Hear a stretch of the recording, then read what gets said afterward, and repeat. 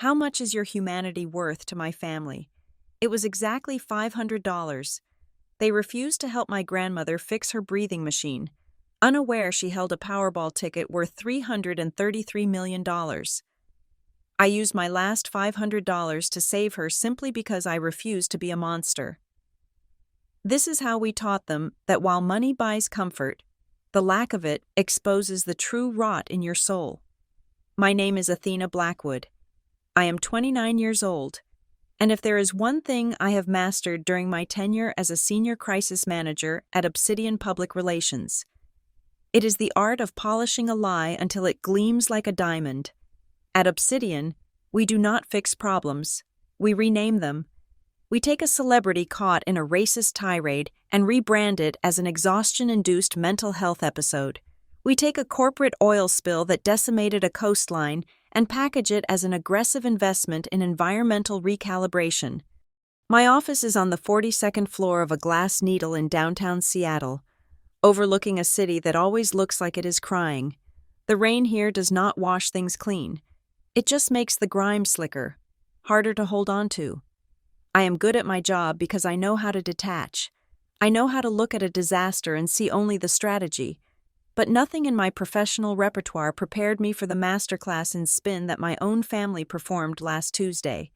It was 2 p.m. I was sitting in a climate-controlled conference room, half listening to a 20-year-old intern explain why our client's new soda campaign needed more authentic joy. My phone vibrated against the mahogany table.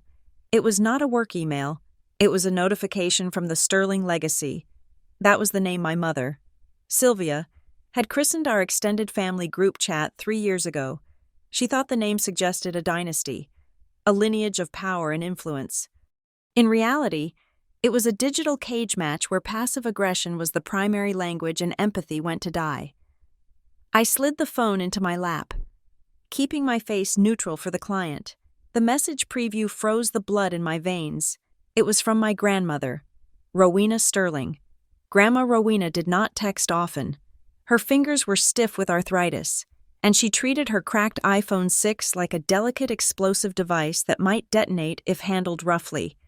When she did type, it was usually a blurry photo of her garden or a forwarded weather warning. But this message was different. It was typed with the clumsy, desperate spacing of someone who was terrified. Hello, everyone. I hate to ask. The valve on my breathing machine just cracked. The oxygen is leaking out. The medical supply store says insurance denied the replacement claim because it is too soon since the last one. I need to pay cash for the part tonight or I cannot use the machine.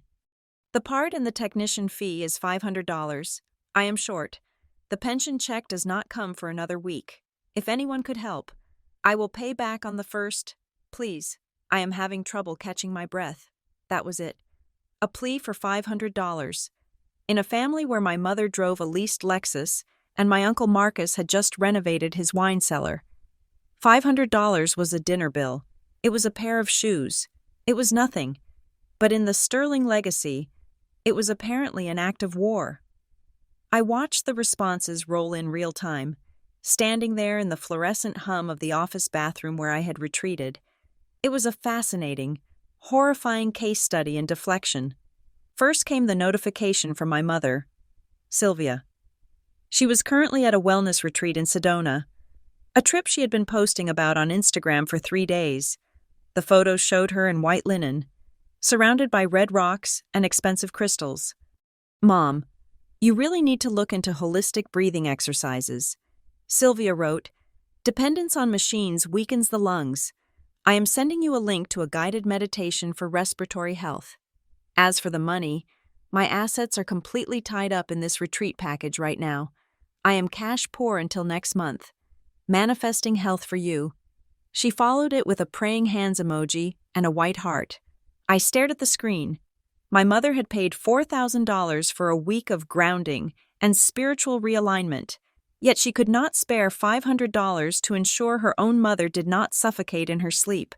She was not cash poor. She was soul poor. Then came my uncle Marcus. Marcus was a regional bank director who liked to tell people he was a self-made man, conveniently forgetting that Grandma Rowena had sold her wedding ring to pay for his first semester of business school. Mom, Marcus typed. This is exactly what I was talking about last Thanksgiving. You have zero liquidity. You need to budget better. If you are desperate, here is a link to Quick Cash. They approve small loans in 15 minutes. The interest is high. But maybe that will teach you to keep an emergency fund. I am at a client dinner. Cannot deal with this right now. He sent the link. He actually sent a link to a predatory payday loan shark to a 79-year-old woman living on a fixed income. I could practically hear the clinking of silverware and the swirl of expensive red wine in the background of his text. He was likely eating a steak that cost more than the plastic valve my grandmother needed to stay alive.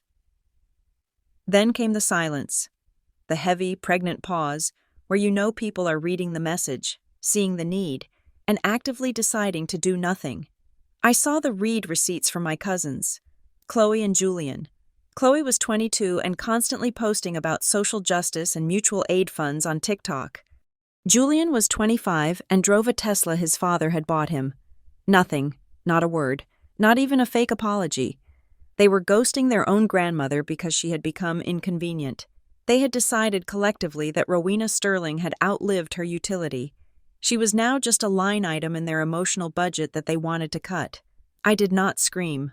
I did not throw my phone. Instead, a cold, hard instinct took over. It was the same instinct that made me good at my job. Document everything. I took a screenshot of Sylvia's meditation advice. I took a screenshot of Marcus's loan link. I took a screenshot of the silence from the cousins. I saved them all to a secure folder on my cloud drive named Receipts. I did not intervene in the chat. I knew if I said anything, they would turn on me. They would call me dramatic. They would say I did not understand the complexity of their finances. They would gaslight me until I doubted my own eyes. So, I stayed silent in the digital world. But in the real world, I was already moving. I exited the bathroom and walked back to my desk. I sat down and opened my banking app. The number on the screen stared back at me, mocking and cruel. Available balance: $512.42. My stomach twisted into a knot so tight it made it hard to breathe. It was the 24th of the month. My rent, which was $2,000, was due on the 1st. I had been eating instant oatmeal for dinner for 2 weeks to save up. I was waiting on a freelance check that was already 5 days late. If I spent this money, I was not just broke, I was in danger. I looked at the text from Grandma again. Please, I am having trouble catching my breath. I closed my eyes and the office disappeared. I was 7 years old again. It was the year Sylvia had decided she needed to find herself in California with a man named Greg who played the bass guitar and disliked children. She had left me on Grandma Rowena's porch with a trash bag of clothes and a promise to call. She did not call for 6 months. I remembered that first night. I was terrified, sobbing into a pillow that smelled of lavender and old paper. Grandma Rowena had come in. She did not tell me to stop crying. She did not tell me to be brave. She sat on the edge of the bed and peeled an orange. She handed me a segment. Athena, she had said, her voice rough but warm. The world is going to try to make you hard. Do not let it. You keep that soft heart. It is the strongest thing you have. As long as I am breathing, you are never going to be alone. As long as she was breathing, she had worked double shifts at a diner to buy me school supplies. She had worn the same winter coat for 12 years so I could have braces. She had saved me 1,000 times in small, quiet ways. And now, for the price of a spa treatment or a bottle of wine, my family was willing to let her breath stop. I knew what I had to do. It was reckless. It was financially suicidal. It was the only thing that made sense. I opened the contact for the medical supply company Grandma used. I called the number. A bored-sounding man answered. Medical supply. This is Dave. Hi, Dave, I said, my voice steady despite the shaking of my hands. My name is Athena Blackwood. I am calling for the account of Rowena Sterling. She needs a replacement valve for her oxygen concentrator delivered tonight.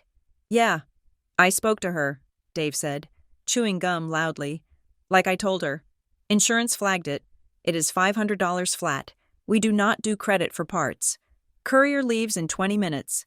If it is not paid, it does not go on the truck. I am paying it. I said. "Take the card number." I recited the 16 digits of my debit card. I gave him the expiration date. I gave him the security code. "Okay," Dave said. "Processing. Approved. It will be there by 7 tonight." "Thank you," I whispered. I hung up. I looked at my banking app again. I refreshed the page. Available balance. $12.42. I let out a breath I did not know I was holding. The transaction was done. I had $12 to my name. I would have to walk to work because I could not afford the subway. I would have to negotiate with my landlord, Mr. Henderson, a man with eyes like shark skin and zero patience. I would be eating nothing but the free bananas in the office break room for a week, but the knot in my stomach loosened. I picked up my phone and sent a private text to Grandma Rowena. I did not tell her I spent my last dime. I did not want her to feel guilty. That was the weapon my mother used, and I refused to pick it up. "Grandma, the part is paid for. It is on the truck. It will be there by 7. Do not worry about the money. I had a bonus at work. I love you." I watched the 3 little dots appear as she typed back. "Oh, Athena. You shouldn't have. Thank you, my sweet girl. I can breathe just knowing it is coming. You are the only one. I love you." I put the phone down on the desk. The office light seemed brighter, harsher. I felt lightheaded, probably from the adrenaline and the lack of a proper lunch. I was broke. I was terrified. But for the first time in years, I did not feel dirty. I felt clean. Then, a second text buzzed. It was not from my grandmother. It was from Mr.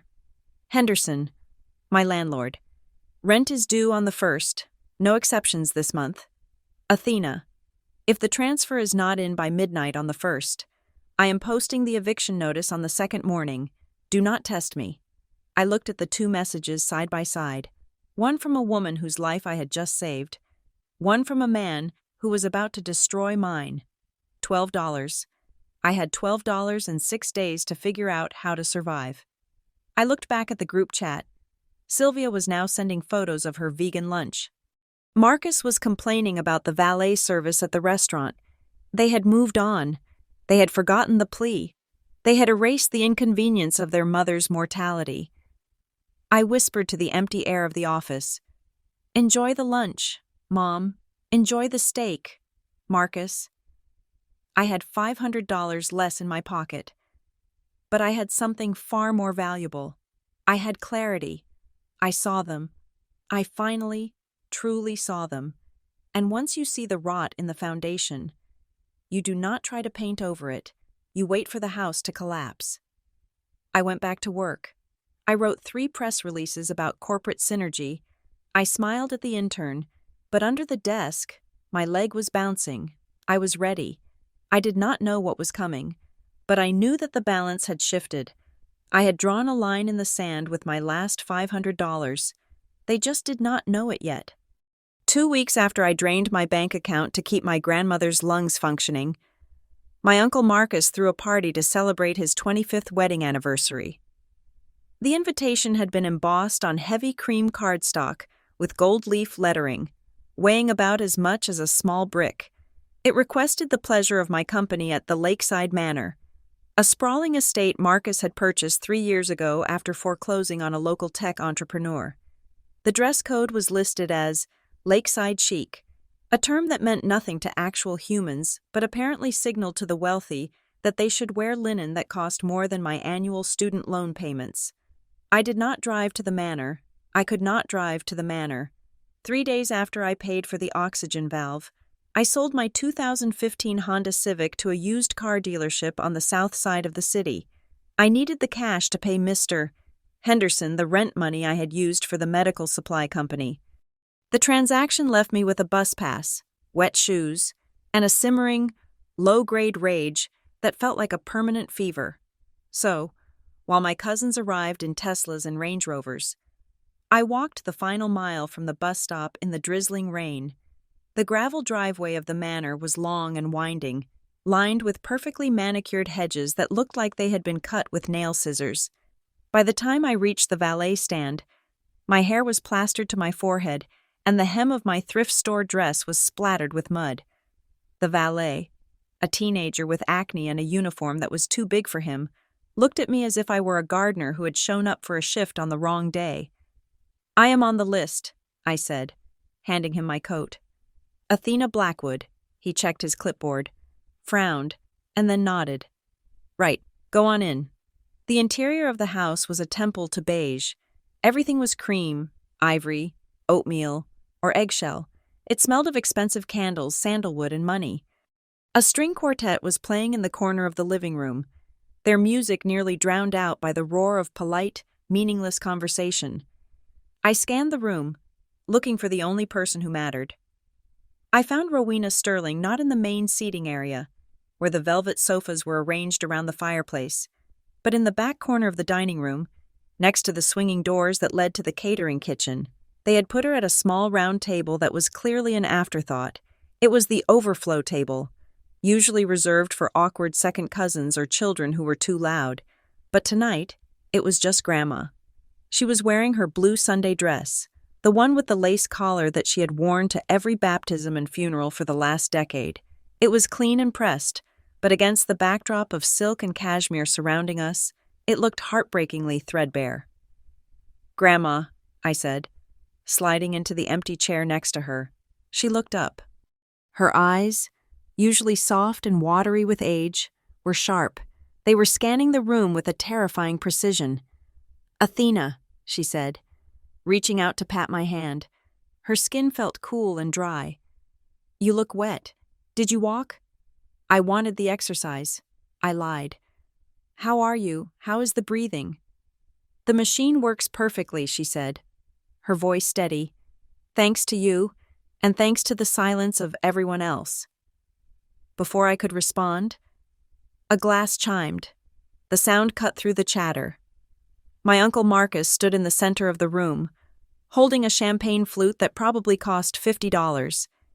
He was a large man who took up space aggressively, wearing a suit that was tailored to hide his gut.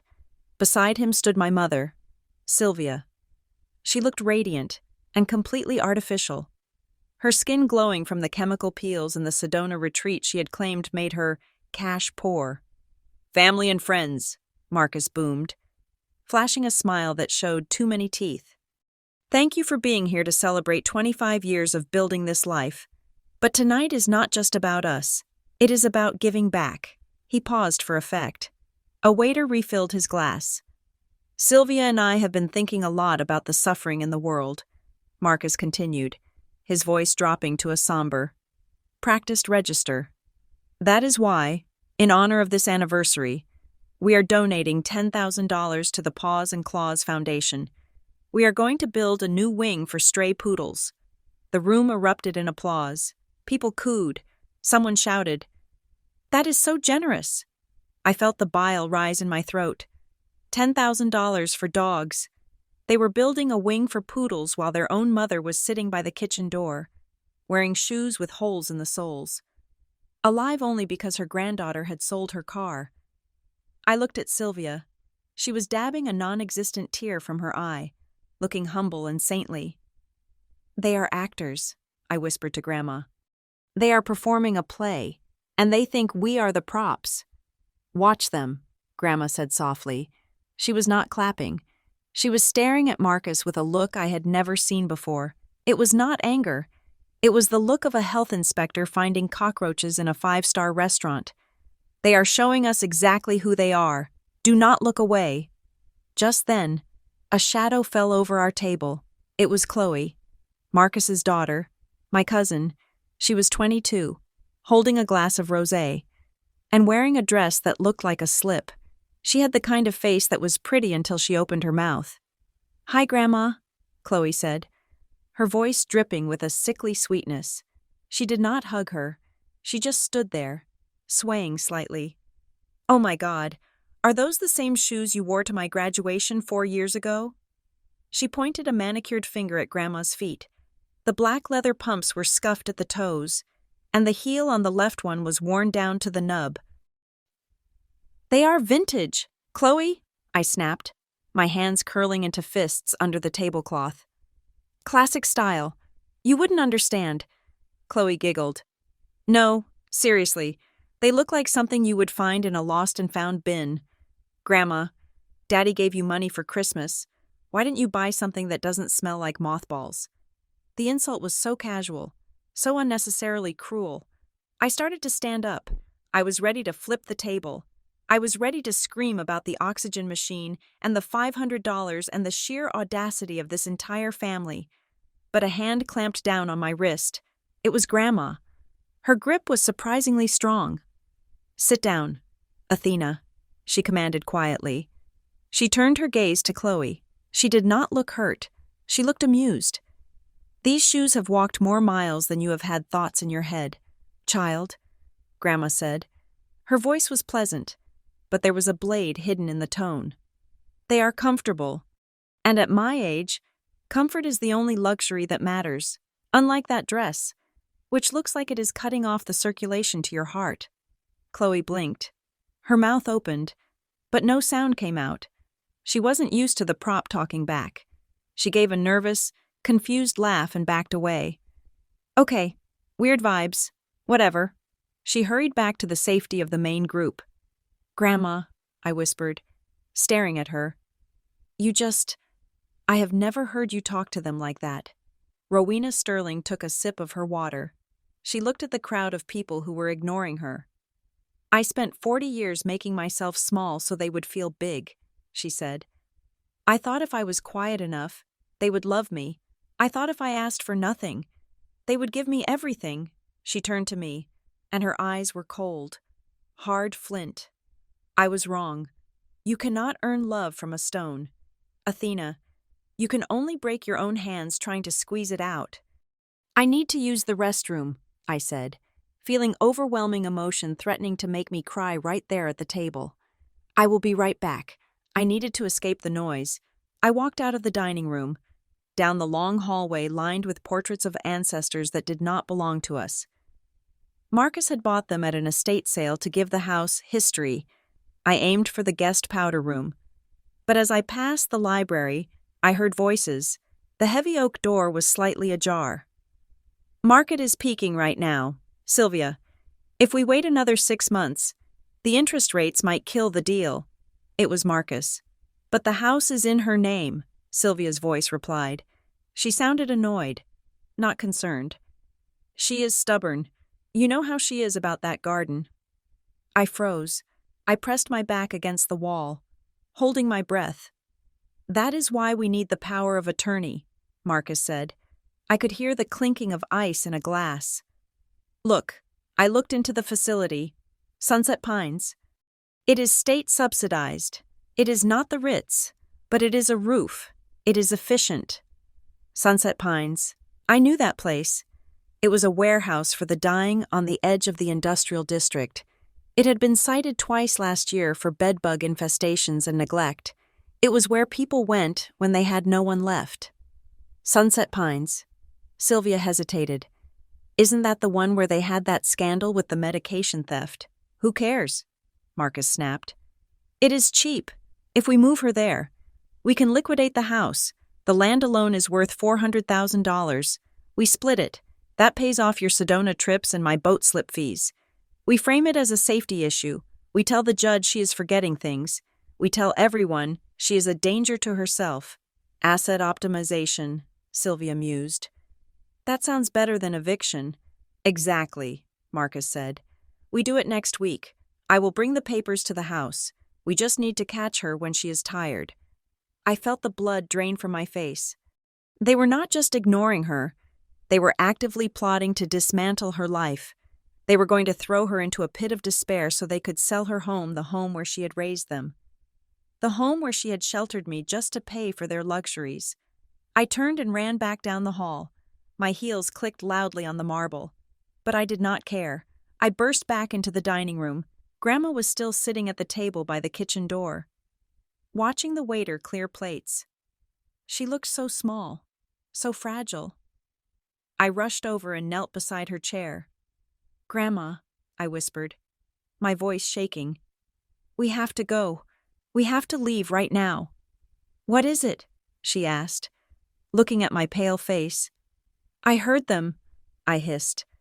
"I heard Marcus and Mom in the library. They are planning to sell your house. They want to put you in a home, a bad one. Sunset Pines? They are going to say you are senile. They are calling it asset optimization. I expected her to gasp. I expected her to cry. I expected the fear I had seen in her eyes 3 weeks ago when she couldn't breathe. Instead, Rowena Sterling smiled. It was not a nice smile. It was a smile that did not reach her eyes. It was the smile of a chess player who watches their opponent make a move that falls directly into a trap. Sunset Pines, she repeated slowly, tasting the words. And they want to sell my garden to pay for boat slips. Grandma, you do not understand, I pleaded, grabbing her hands. They are going to bring lawyers. They are going to force you. Athena, she said, her voice cutting through my panic like a razor wire. Stop. She leaned in close to me. Her scent, lavender and old paper, was the same. But the energy radiating off her was brand new. It was high voltage. I know, she whispered. I blinked. You know. I know everything, she said. I know about the nursing home brochures Marcus keeps in his briefcase. I know Sylvia has been asking my neighbors if I leave the stove on. I know they view me as an expired asset. Then why are we here? I asked, looking around the room at the people eating cake and laughing. Why are we letting them humiliate us? Because, Grandma said, looking over my shoulder at the head table, you do not interrupt your enemy when they are making a mistake. You let them commit to it. You let them put it in writing. You let them dig the hole so deep that when the rain comes, they cannot climb out. She squeezed my hand. They think I am a lamb, Athena. They have forgotten that a sheepdog has teeth. I am scared, I admitted. Good, she said. Fear keeps you sharp. But do not worry. Just wait. The show is just beginning. At the front of the room, Marcus was opening another bottle of wine. He held it up to the light, admiring the dark liquid. Ladies and gentlemen, he shouted, his face flushed with alcohol and greed. I want to open this very special vintage, a 1995 Screaming Eagle, $5,000 a bottle. Because family is worth the best. The crowd cheered. Sylvia clapped her hands like a seal. I looked at Grandma. She was watching her son pour the $5,000 wine. She was watching him drink the equivalent of 10 oxygen valves in a single swallow. She picked up her glass of tap water. She swirled it gently, mimicking his motion. $5,000, she whispered to herself. Then, she raised her glass in a mock toast toward him. Her lips curled into that mysterious, terrifying smile. Drink up, Marcus, she murmured, too low for anyone but me to hear. Enjoy the vintage. It will be the last expensive thing you taste for a very, very long time. Outside, the thunder rolled across the lake, shaking the window panes. The party continued, loud and oblivious, dancing on the edge of a cliff they could not see. But at the kids' table, next to the kitchen door, the executioner was watching, and she was patient. The call came exactly 7 days after the party, at 8:14 on a Tuesday morning. The sky over Seattle was a bruised purple, threatening a storm that never seemed to break. I was at my desk at Obsidian, staring at a press release about a client's misunderstanding with the IRS, when my personal phone rang. It was Mrs. Gable, Grandma Rowena's next-door neighbor. Mrs. Gable was 82, partially deaf, and spent her days monitoring the street through her blinds like a Soviet spy. Athena. Her voice was shrill and panicked. Athena, you need to come over. Now. Mrs. Gable. What is wrong? Is it Grandma? My heart hammered against my ribs. Did she fall? She is gone, Mrs. Gable said. The house is dark. The curtains are drawn.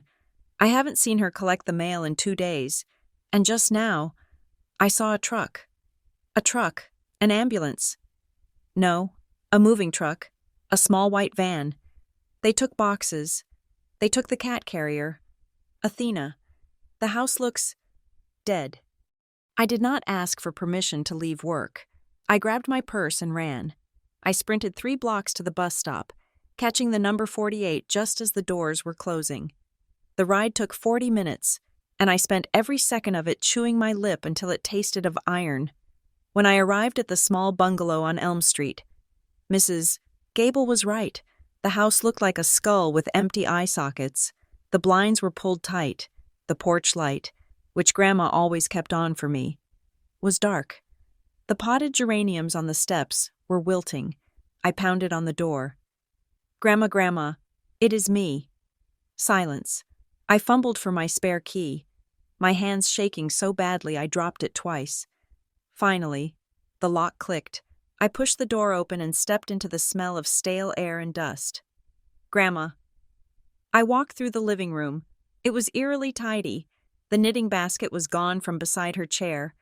The framed photos of me on the mantelpiece were gone. The ceramic cat figurine she had kept since 1980 was gone. It was not a robbery. There were no overturned drawers, no shattered glass. It was an erasure. Someone had methodically packed up the most personal items and left the furniture behind. I checked the kitchen. The fridge was empty except for a box of baking soda.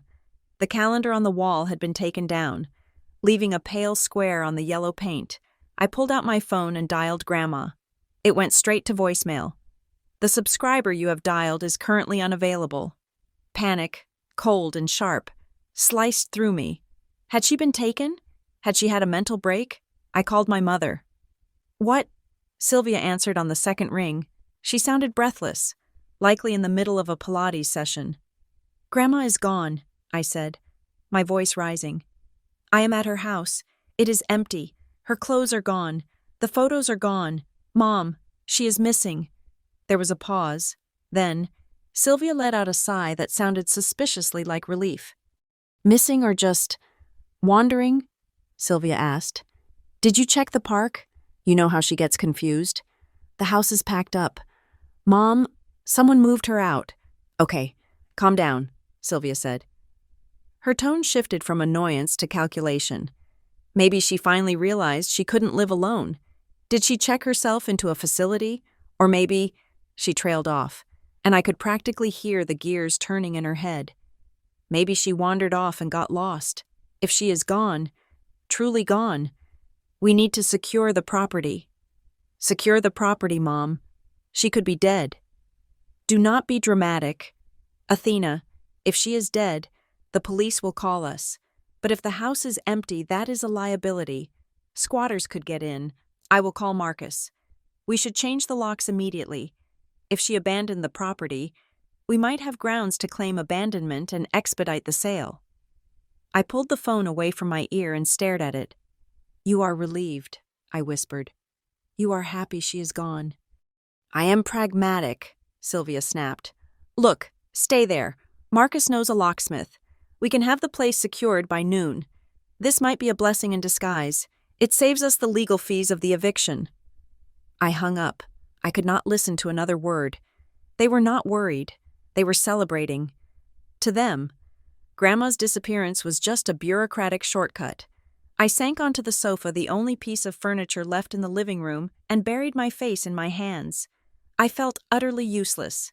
I had saved her life 2 weeks ago, and now she had vanished into thin air. Then I saw it, on the coffee table. Underneath a heavy glass ashtray that Grandma never used was a book. It was her favorite copy of Pride and Prejudice, the one with the spine held together by duct tape. It looked out of place in the empty room. I reached out and opened it. Inside, tucked between the pages of Chapter 43, where Elizabeth visits Pemberley, was a stiff rectangular card. It was a boarding pass. Passenger. Athena Blackwood, Flight A. A294. Seattle to New York, JFK. Class First. Date today. Departure 2:00 p.m. I stared at the ticket. First class, a ticket to New York cost thousands of dollars. Grandma didn't have $500 for oxygen. Where did she get this? Beneath the ticket was a sticky note in Grandma's unmistakable, shaky handwriting. Athena, do not trust the wolf when he offers to change the locks. Trust the journey. Go to the Plaza Hotel, room 1802. Tell no one. Bring only what you can carry. The game has changed. My phone buzzed again. It was a text from an unknown number. The bird has flown the coop, but the hawks are circling. Do not let them see you leave. JFK. Tonight, don't be late. I looked at the time. It was 11:30. The flight was at 2. I stood up. My heart was racing, but the panic was receding, replaced by a strange, thrilling adrenaline. This was not the act of a senile woman wandering off. This was a plan. I looked around the house one last time.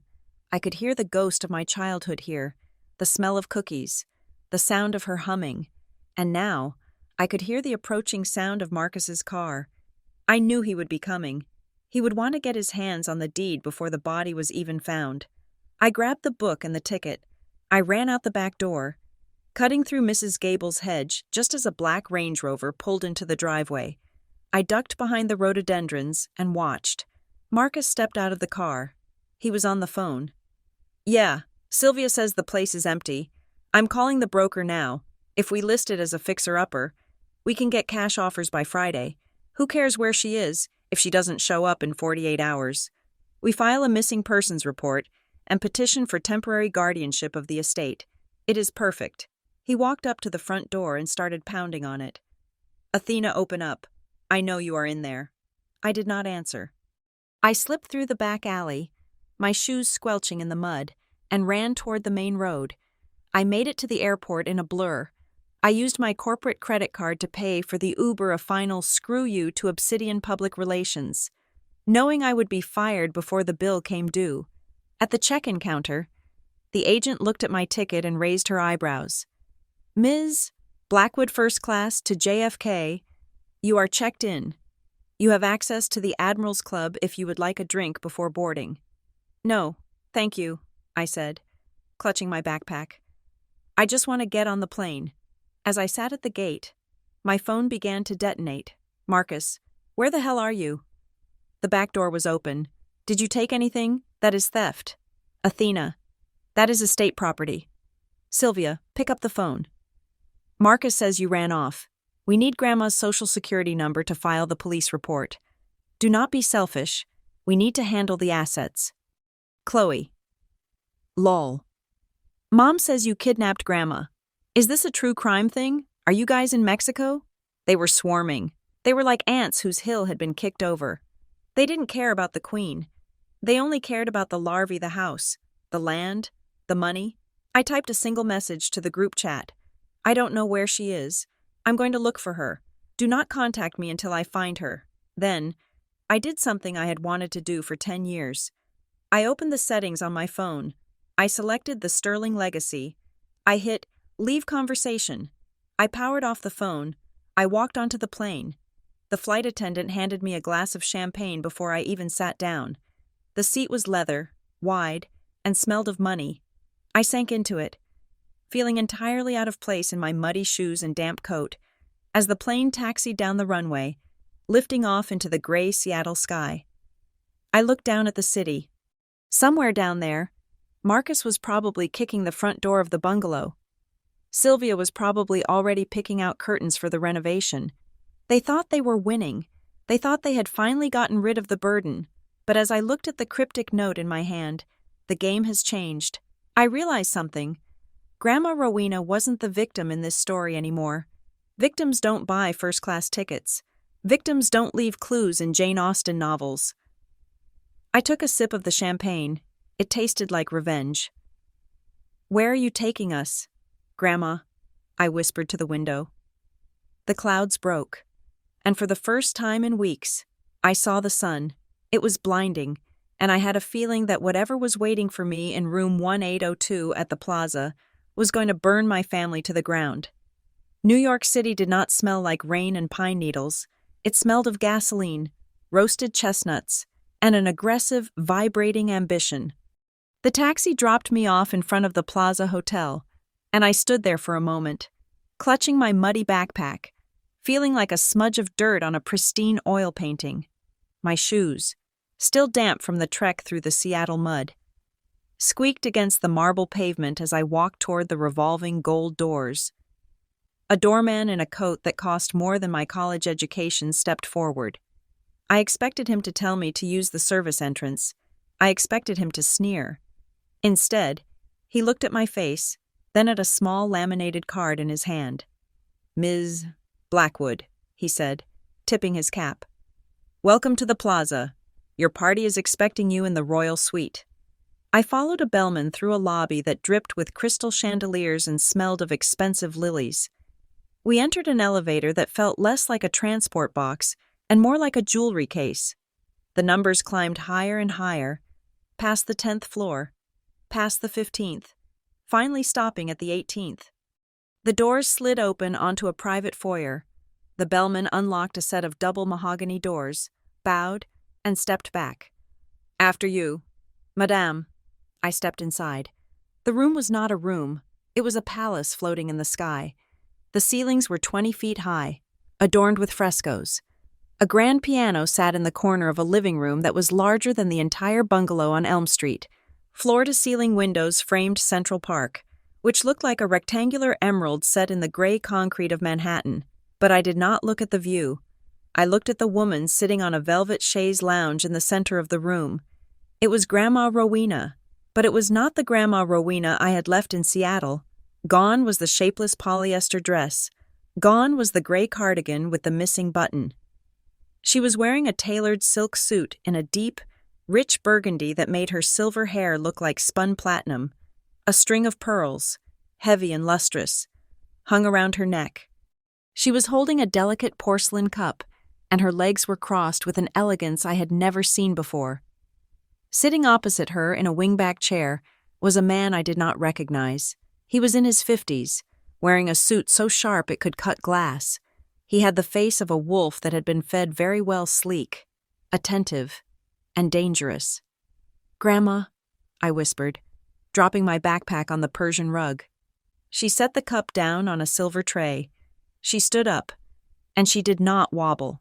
She did not groan with arthritis. She walked toward me with a steady, powerful grace. "Athena," she said. She pulled me into a hug that smelled of expensive bergamot perfume, not mothballs. "You made good time." "What is this?" I stammered, pulling back to look at her. "Grandma, did you rob a bank? Is this why we ran?" She laughed. It was a clear, bright sound. "No, darling, I did not rob a bank. Come, sit down. You look famished. Harrison, pour her some tea." The wolfman stood up. "Of course, Mrs. Sterling." I sat on the edge of a sofa that was softer than my bed. Harrison handed me a cup of tea. "Athena," Grandma said, sitting back down and smoothing her silk trousers. "This is Harrison Thorne. He is a senior partner at Thorne, Holloway, and Finch. He is my attorney." "Your attorney?" I looked at him. "Grandma, you use legal aid." "Not anymore," Harrison said. His voice was deep and smooth, like polished oak. "Ms. Blackwood, 32 days ago, on the 14th of August, your grandmother purchased a Powerball ticket at a gas station on 4th Avenue. She played the numbers of your grandfather's birthday and the date of your college graduation." I stared at him. The room seemed to tilt slightly to the left. "And," I breathed. "And," Harrison continued. Opening a leather portfolio on the table, he pulled out a photocopy of a ticket and a bank statement. "She was the sole winner of the jackpot. After taxes and the lump sum reduction, the total payout deposited into the blind trust account exactly 4 weeks ago was $333 million. I stopped breathing. The number was too big to comprehend. It was an abstraction. 333 million. That was not money. That was a nation's GDP. That was godhood. I looked at the paper. I saw the zeros. 6 of them. 8 figures. 9 figures. 300. I choked. "Million?" "Yes," Grandma said calmly. She picked up a macaron and took a small bite. "It is quite a lot, isn't it?" My brain short-circuited. I felt a rush of vertigo. I looked at her, sitting there in her silk suit, and then a jagged shard of memory pierced through the shock. "Wait," I said. My voice rose, cracking with confusion. "Wait a minute. August 14th. That was a month ago." "Correct," Harrison said. "But—" I stood up. my hands trembling. 2 weeks ago, 2 weeks ago, you texted the family group chat. You said your oxygen valve broke. You said you needed $500. You said you were going to suffocate. I looked at her, searching for the senility, for the confusion, but her eyes were clear as ice. You had $300 million in the bank, I whispered, the realization hitting me like a physical blow. And you begged for $500. I did, Grandma said. She did not look ashamed. She looked fierce. Why?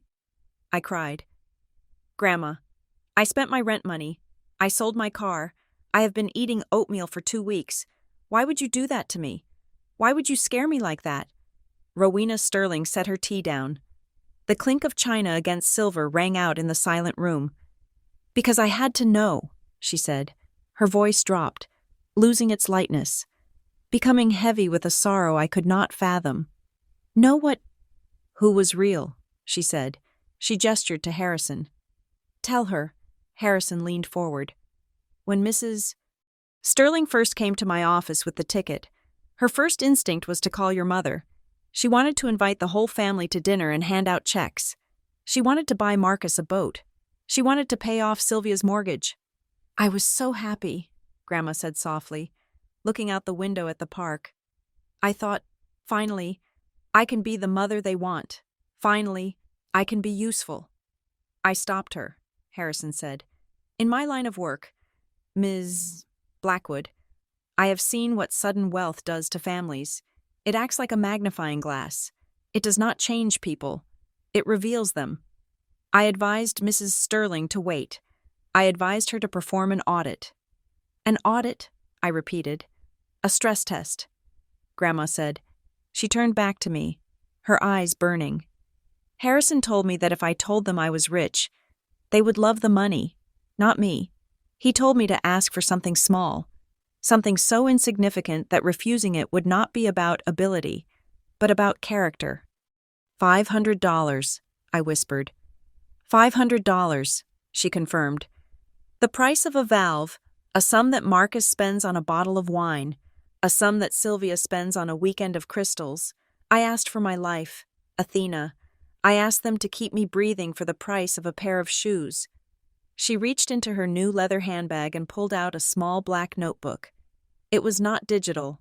It was paper. She opened it. I wrote it all down, she said. Her voice trembled slightly, not with age, but with rage. Every text, every excuse, every silence. She read from the page. August 24th. Sylvia says she is cash poor because of the retreat. She posts a photo of a $400 juice cleanse 10 minutes later. August 24th. Marcus sends a link to a predatory lender. He tells me to learn finance. He has $2 million in liquid assets. August 25th. Chloe sees the message. She does not reply. She posts a video about empathy on TikTok. She slammed the book shut. The sound echoed like a gunshot. They failed the audit. Athena, she said. They failed it so spectacularly that it broke my heart. I sat in that dark house with $300 million in a secret account, and I realized that if I had really been poor, if I had really needed that valve, I would be dead. They would have let me die to save $500. I sank back onto the sofa. I felt sick. I thought about the party. I thought about the poodle wing donation. I thought about the conversation in the library about Sunset Pines. And me, I asked, my voice barely audible. You tested me too. I did, she said. And I am sorry. I know what it cost you. I know about the car. I know about the rent. I watched the transaction go through on the medical supply account. I cried all night. She stood up and walked over to me. She cupped my face in her hands. You didn't ask questions, Athena. You didn't lecture me. You didn't ask for a loan.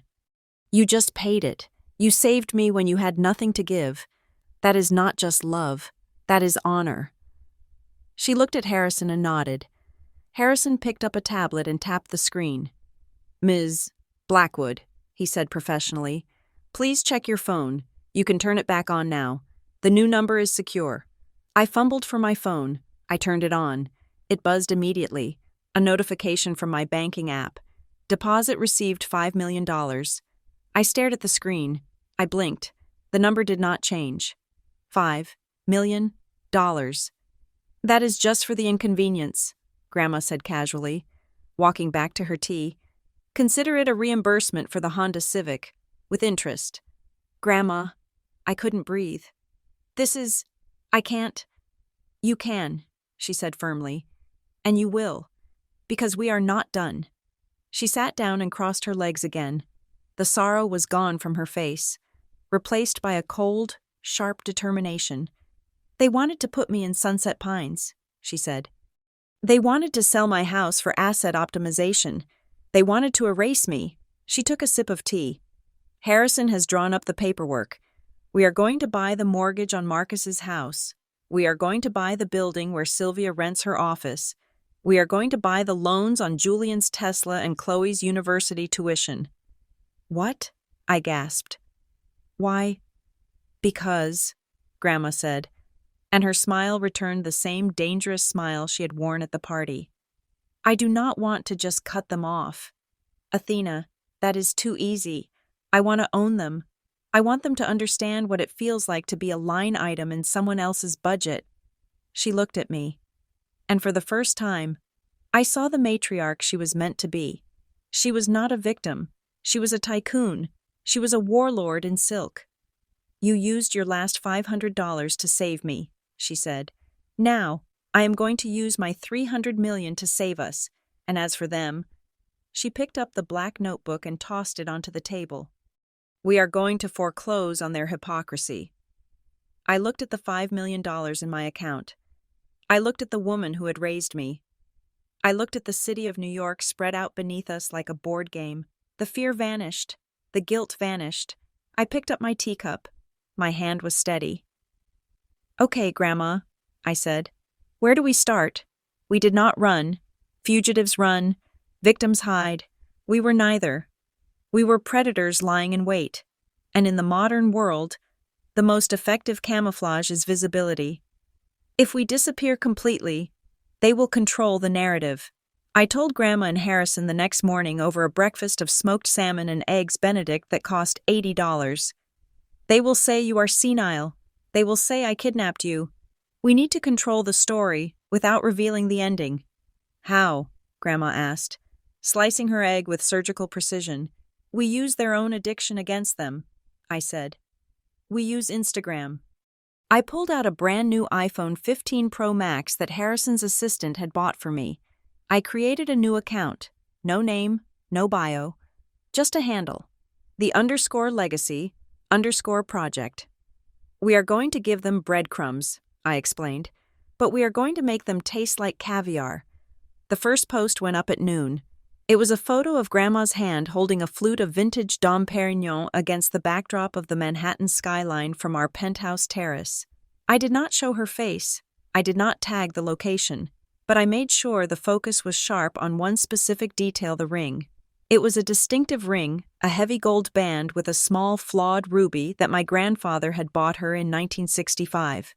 It was the only piece of jewelry she had refused to sell when times got hard. Sylvia and Marcus knew that ring. They had mocked it for years, calling it gaudy and cheap. Now, that cheap ring was resting on a velvet railing, bathed in the golden light of wealth. Caption: Living my best life. New beginnings, freedom. I set the privacy settings to public. Then, I used a burner account to view Sylvia's profile. I liked one of her old photos, a picture of her at the Sedona retreat, using the new _legacy_project handle. It took exactly 43 minutes. I was watching the notifications roll in on the iPad we had set up on the coffee table. User Sylvia_realtor started following you. User Marcus_finance_guru started following you. User Chloe_vibe started following you. The trap was baited. Back in Seattle, the panic was setting in. I could imagine the scene. Sylvia, sitting in her leased Lexus, staring at the screen, zooming in on the ring. Marcus, in his office, squinting at the champagne, trying to calculate the vintage. Then, the second phase began. I posted a story, a short video.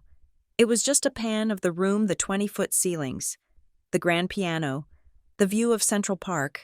In the background, I played a song, not just any song. It was Moon River, Grandma's favorite song, the one she used to hum while cooking in her tiny kitchen. I added a text overlay, finally, a room big enough to breathe. The direct messages started flooding into my old account, which I had reactivated but kept on Do Not Disturb. Sylvia Athena. Is that Mom's ring, or where are you, that looks like a hotel? How are you paying for this? Call me immediately. Marcus Athena. We saw the post. That is the plaza. Do not lie to me. Who is paying for the plaza? Did she take out a loan that is fraud if she used the house as collateral? Chloe. Wait. Is Grandma an influencer now? That view is insane. Can I come? They were confused. They were angry, but they were not yet terrified. They still thought this was reckless spending of non-existent money.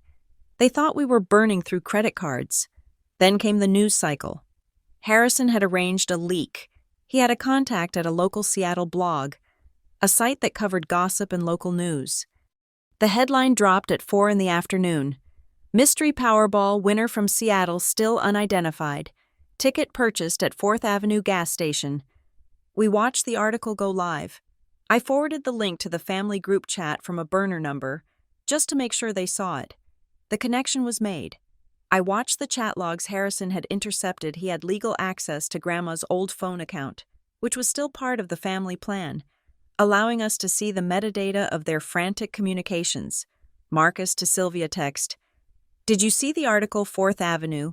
That is where Mom buys her milk. The date matches. Sylvia, look at the Instagram, the champagne, the hotel. That is not credit card debt. That is, oh my God. Sylvia to Marcus. It can't be. She would have told us. She begged for $500. Marcus, she was broke. Marcus, was she? Or was she playing us? She disappeared the day after the news broke about the unclaimed ticket. She is in New York with a lawyer. Sylvia, if she won, and we tried to put her in Sunset Pines. Sylvia, shut up. Do not say that over text. Call me. The tone of the messages to me shifted instantly. It was a masterclass in pivot. The anger evaporated. The accusations of kidnapping vanished. In their place came a sickly, cloying concern that made my skin crawl. Sylvia DM. Athena. Honey, we are just so worried about you two. We love you so much. Please tell Mom we miss her. We just want to make sure she's safe. Family comes first. Marcus DM. Athena. Let's not fight. I was just stressed about the house. Look, if Mom has come into some good fortune, I can help. I am a finance director. I can manage the portfolio for her. We need to protect the family legacy. Call me. Uncle loves you. Family legacy, Grandma scoffed, reading the message over my shoulder. The only legacy they care about is the one they can spend. They are scared, I said, scrolling through the desperate emojis. They know they messed up, but they don't know how bad yet. Make them sweat, Grandma said. Post the shopping trip. We had spent the morning at Bergdorf Goodman. Grandma had not bought sensible shoes. She had bought a pair of Italian leather boots, a cashmere coat, and a handbag that cost more than Marcus's car. I posted the photo, Grandma, looking like a queen, standing next to a pile of signature purple bags. Caption retail therapy, because I'm worth it. Asset optimization, using their own phrase, asset optimization, was the dagger. I knew it would land. I knew they would remember the conversation in the library. Harrison walked into the suite, looking grim but satisfied. Ms. Blackwood, Mrs. Sterling, he said. My private investigator in Seattle reports that your Uncle Marcus has hired a man, a PI named Vance. He's asking questions at the airport. He is trying to track your flight manifest. Let him find us, Grandma asked. No need, Harrison said. He already knows you are here. The plaza is not exactly a hideout, but Marcus cannot get up here. Security is briefed. However, This confirms it. They are coming for you, not for love, for the checkbook. They want to intercept us, I said. They want to get to Grandma before she spends it all. Exactly, Harrison nodded. They are terrified of dissipation of assets. That is the legal term they will use to try and freeze your accounts. Grandma stood up and walked to the window. The sun was setting over Central Park, painting the city in shades of violent orange and purple. They think I am a child with a credit card, she murmured. They think they can come here, pat me on the head, and take the toy away. She turned around, and her face was hard. It is time to go home. Athena. Home, I asked. To the empty house. To the trap, she corrected. If we stay here, they will just chase us. I want them to face me. I want to see their eyes when the steel door slams shut. We need a reason, I said. A reason to go back that makes them think they have won. We need to lure them in. Tell them we are coming back to sign papers, Grandma said. Tell them I am overwhelmed. Tell them the city is too loud and I am confused. Tell them I need guidance. I smiled. It was evil. It was perfect. I opened the group chat. I unblocked them for exactly 5 minutes. Athena. Okay, you win. Grandma is tired. She's confused by all the paperwork. She wants to come home. She says she needs Marcus to help her with the management. We are flying back tomorrow. Meet us at the house at 4 p.m. Have the papers ready. I watched the typing bubbles appear instantly. Marcus. Thank God that is the right decision. I will have everything ready. We will take care of her. Just get her home safe. Sylvia. So relieved I will bring dinner. We will have a family meeting. No more secrets. Love you both. I reblocked them. They took the bait, I said. They think you are surrendering. They think I am a senile old woman who stumbled into a fortune she cannot handle, Grandma said, picking up her tea. They are about to find out that I am not the prey. I am the hunter. Harrison, Grandma said to the lawyer, is the team ready in Seattle? The security detail is on standby, Harrison confirmed. The medical experts are prepped for the affidavits, and I have the video evidence from the PI secured. Good, Grandma said. She looked at me. Athena, pack the bags, and leave the new clothes. Wear the old ones. Why? Because, she said, a wicked glint in her eye, I want to look exactly like the victim they expect to see. Until I open my mouth. We spent the last night in the penthouse eating room service pizza and drinking the rest of the champagne. We did not celebrate. We strategized. We went over every potential argument, every legal loophole, every emotional manipulation they would try. They will cry, I warned her. Mom will cry. She is good at it. Let her cry, Grandma said. I have cried enough for 10 lifetimes. My tears are dry. Hers are just beginning. As I fell asleep that night in the bed that cost $2,000 a night, I thought about the text I had sent. Have the papers ready. Oh, they would have papers. They would have power of attorney forms. They would have guardianship petitions. They would have deeds of transfer. But we had papers too. We had transcripts. We had receipts. We had a will that left them exactly $1 each.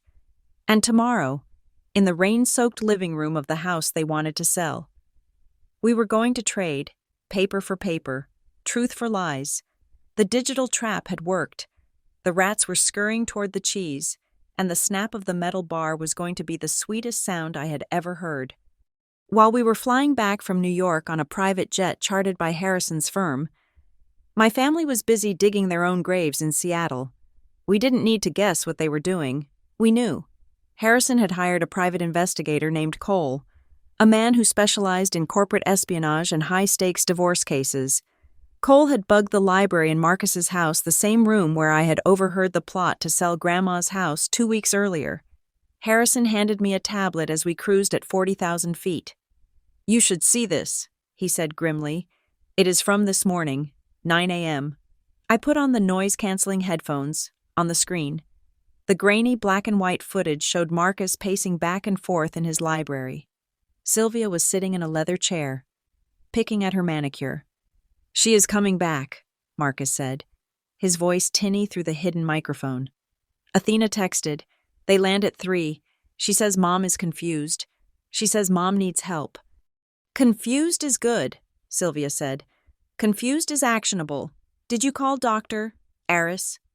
He is on his way, Marcus said. He poured himself a drink whiskey. At 9 in the morning, Aris owes me. I bailed him out of that malpractice suit last year with the bank's discretionary fund. He will sign whatever we put in front of him. We need a diagnosis of advanced dementia, Sylvia said calmly, as if she were ordering a salad. Not just confusion. We need incapacity. We need a judge to sign an emergency conservatorship order by tomorrow morning. If she has access to that money for even one more day, she could give it all to charity, or worse, to Athena. Athena is the problem, Marcus growled. She is the one whispering in Mom's ear. She is the one who took her to New York. We need to neutralize her. Kidnapping, Sylvia suggested. Elder abuse, coercion. We spin it that Athena took advantage of a senile woman, dragged her across the country, and forced her to spend money. We paint Athena as the villain. We file a restraining order. We cut her off from Mom completely. I felt a cold nausea rise in my throat. I paused the video. They are monsters, I whispered. They are literally plotting to lock her up and frame me. Keep watching, Harrison said. I pressed play. The door to the library opened. A third man entered. He was balding, with nervous eyes and a cheap suit. Dr. Aris, Marcus said, shaking his hand. Thanks for coming. This is risky. Marcus, the doctor said, wiping sweat from his forehead. I haven't examined her in 6 months. If I certify she is incompetent without a current evaluation, you will examine her today, Marcus interrupted. She is coming to the house at 4. You will be there. You will ask her 3 questions.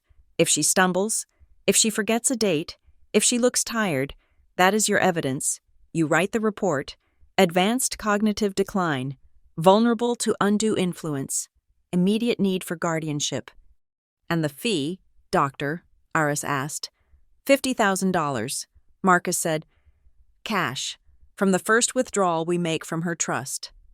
Done, Aris said. The video ended. I took off the headphones. My hands were shaking. This wasn't just greed. This was criminal conspiracy. They were buying a diagnosis. They were paying a doctor to erase my grandmother's sanity so they could steal her fortune. We have them, Harrison said. This recording is admissible because Washington is a 2-party consent state, but Cole obtained a warrant exception due to the suspicion of imminent elder abuse. We have them on tape conspiring to commit fraud.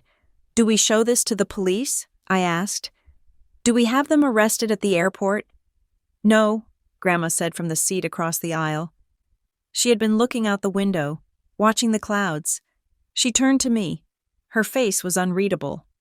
No police yet, she said. If we arrest them now, they will claim it was a misunderstanding. They will say they were worried about my health. They will lawyer up. No, she leaned forward, her eyes hard as diamonds. I want them to execute the plan. Athena, I want Dr. Aris to be there. I want them to hand me the papers. I want them to think they have won. To catch a rat. You don't chase it. You put the cheese on the trap and you wait for the snap. But Grandma, I said, it is dangerous. They are desperate. What if they get physical? What if they try to force you? That is why we are not going alone, Harrison said. I have a security team meeting us at the tarmac. 4 off-duty SEALs. They will be invisible until we need them, and I will be there. I will be the confused lawyer you mentioned in your text. I looked at Grandma. She was 80 years old. She should be knitting. She should be worrying about her garden. Instead, she was flying into a war zone she had orchestrated. Why? I asked her. Why go through this charade? We have the money. We could just leave. We could go to Paris and never look back. Because of the $500, she said softly. What? If I leave now, they will tell the world I was crazy, she said. They will tell the neighbors I lost my mind. They will ruin my name. They will ruin your name. They will say you stole from me." She picked up her tea. "I spent 40 years building a good name in that town. Athena. I was a teacher. I raised children. I was a good neighbor. I will not let them rewrite my history just because they are greedy. I am going back to write the ending myself." The plane began its descent. The gray sprawl of Seattle appeared below us. It looked small. It looked petty. "The trap is set," Grandma said. "Doctor, Aris is the bait, Marcus is the spring, and I am the hammer." We landed at a private airfield south of the city. 2 black SUVs were waiting.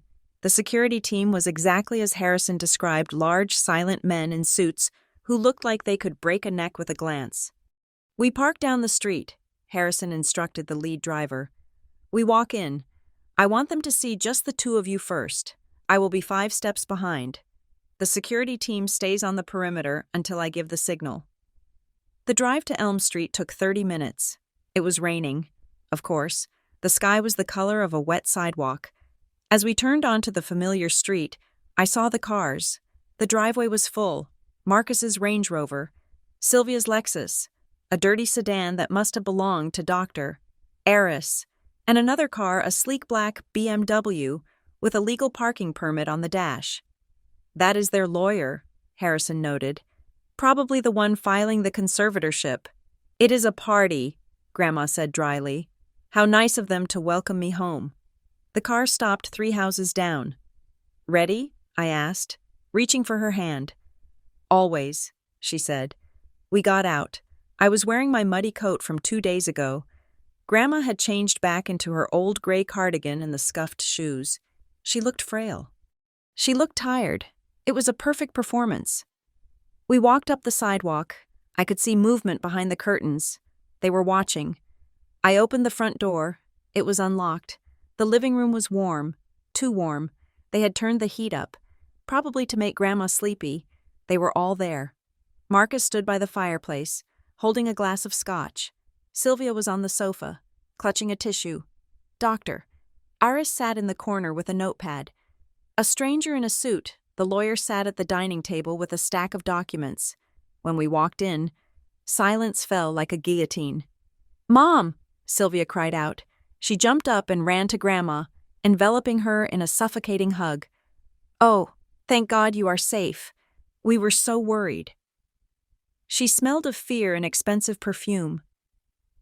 "I am fine." "Sylvia," Grandma said, her voice weak and shaky. She leaned heavily on me. "Just tired. So tired." "Of course you are," Marcus said. Stepping forward, he didn't hug her. He looked at me with pure hatred. "Athena, you have a lot of explaining to do." "I just did what she asked," I said, lowering my eyes. "She wanted to go to New York. She is confused." "Marcus," Sylvia said quickly, guiding Grandma to the armchair, the specific armchair Doctor. Aris was watching. She didn't know what she was doing. "Look at her. She is exhausted." "Mom," Marcus said, his voice dripping with fake concern. "We are just glad you are back. We have some people here to help you. This is Dr. Aris. You remember him? And this is Mr. Sterling, a family attorney." "Doctors?" Grandma asked, looking around with wide, fearful eyes. "I am not sick. I just wanted to see the city." "We know, Mom," Marcus said. "But spending that kind of money, running away, it is not like you. We think maybe you are having a little trouble with your memory. We just want to make sure you are safe." "Doctor." Aris stood up. He walked over to Grandma. "Mrs. Sterling," he said, his voice oily. "Can you tell me what day it is?" "It is Tuesday," Grandma said. "Good. And who is the president?" I don't follow politics much anymore," she mumbled. "Doctor?" Aris made a note on his pad. He looked at Marcus and nodded slightly. A subtle, damning nod. Incompetent. "Mom," Sylvia said, kneeling beside her. "We have a plan. We want you to rest. We want to take care of everything. The money, the bills, the house. You don't have to worry about anything ever again. Mister, Sterling has some papers for you to sign. It just says that Marcus and I will handle the boring stuff for you." The lawyer slid a document across the coffee table. "Petition for voluntary conservatorship." "Just sign here, Mom," Marcus said, handing her a pen. "Then you can go to sleep. We will handle Athena. We will handle everything." "And Athena?" Grandma asked. "What happens to Athena?" "Athena is going to step back," Marcus said coldly. "She has clearly been a bad influence. We are going to make sure she doesn't bother you anymore." "A restraining order," Grandma whispered. "It is for your own good," Sylvia said, squeezing her hand. "She took advantage of you, Mom. She kidnapped you." I felt the rage boiling in my blood, but I stayed silent. I waited. Grandma looked at the paper. She looked at the pen. She looked at Dr. Eris, who was already writing his report. She looked at her children, who were looking at her like a cash cow they were about to slaughter. She picked up the pen. Marcus smiled. It was a greedy, triumphant smile.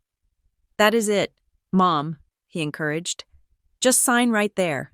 Grandma brought the pen to the paper. The tip hovered over the signature line. Then she stopped. She looked up. Her eyes were no longer weak. They were clear. They were mocking. "Dr. Aris," she said. Her voice was suddenly strong, filling the room. "Before I sign this, I have a question for you." "Yes, Mrs. Sterling?" the doctor asked, confused by the change in tone. "Is $50,000 the going rate for a soul these days, or did you give Marcus a family discount?" The room froze. Marcus dropped his glass. It shattered on the hearth, but no one moved. "What, doctor?" Aris stammered. "I don't—" "And you, Marcus," Grandma continued, turning to her son. "You said on the tape that you would use the first withdrawal from my trust to pay him. That is premeditated fraud, isn't it?" "Mom, what are you talking about?" Sylvia whispered, backing away. You are confused."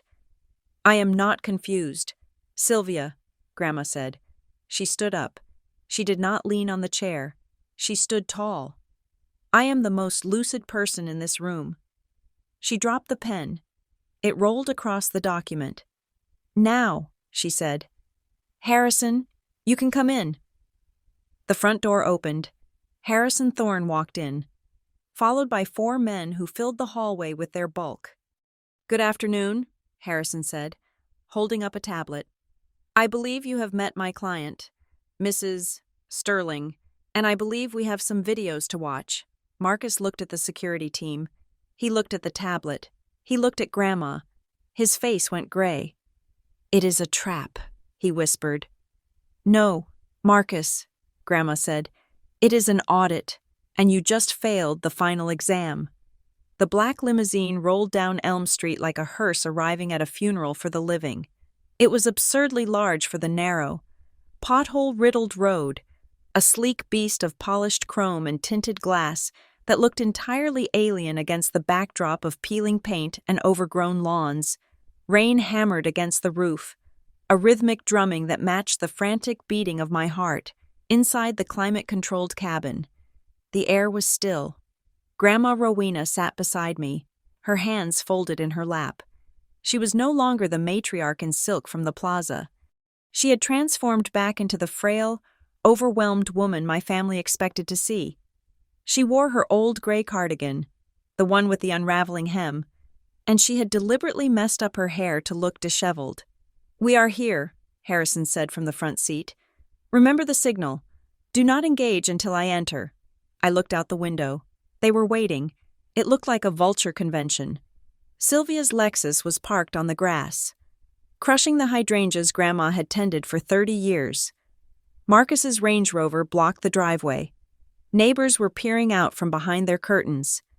Drawn by the spectacle of the limousine and the gathering crowd of relatives, the driver opened the door. The moment my foot touched the wet pavement, the performance began. Mom Sylvia screamed. It was a theatrical, high-pitched wail that could have won an award for bad acting. She launched herself from the porch, running through the rain in her designer heels, ignoring the mud splattering her legs. Mom, oh. Thank God she threw her arms around Grandma before we could even step away from the car. She buried her face in Grandma's shoulder, sobbing loudly, though I noticed her eyes were dry when she pulled back. You had us so worried, Sylvia cried, gripping Grandma's shoulders tight enough to bruise. We thought you were dead. We thought Athena had taken you. I am okay, Grandma stammered, shrinking into herself. Her voice was a masterclass in fragility. I wanted to go. Get her inside, Marcus barked. He was standing on the porch, holding an umbrella over his own head, not offering it to anyone else. Get her out of the rain before the neighbors start asking questions. Marcus grabbed Grandma's other arm. Together, he and Sylvia practically dragged her up the steps, their grip possessive and rough. They were not guiding her. They were claiming her.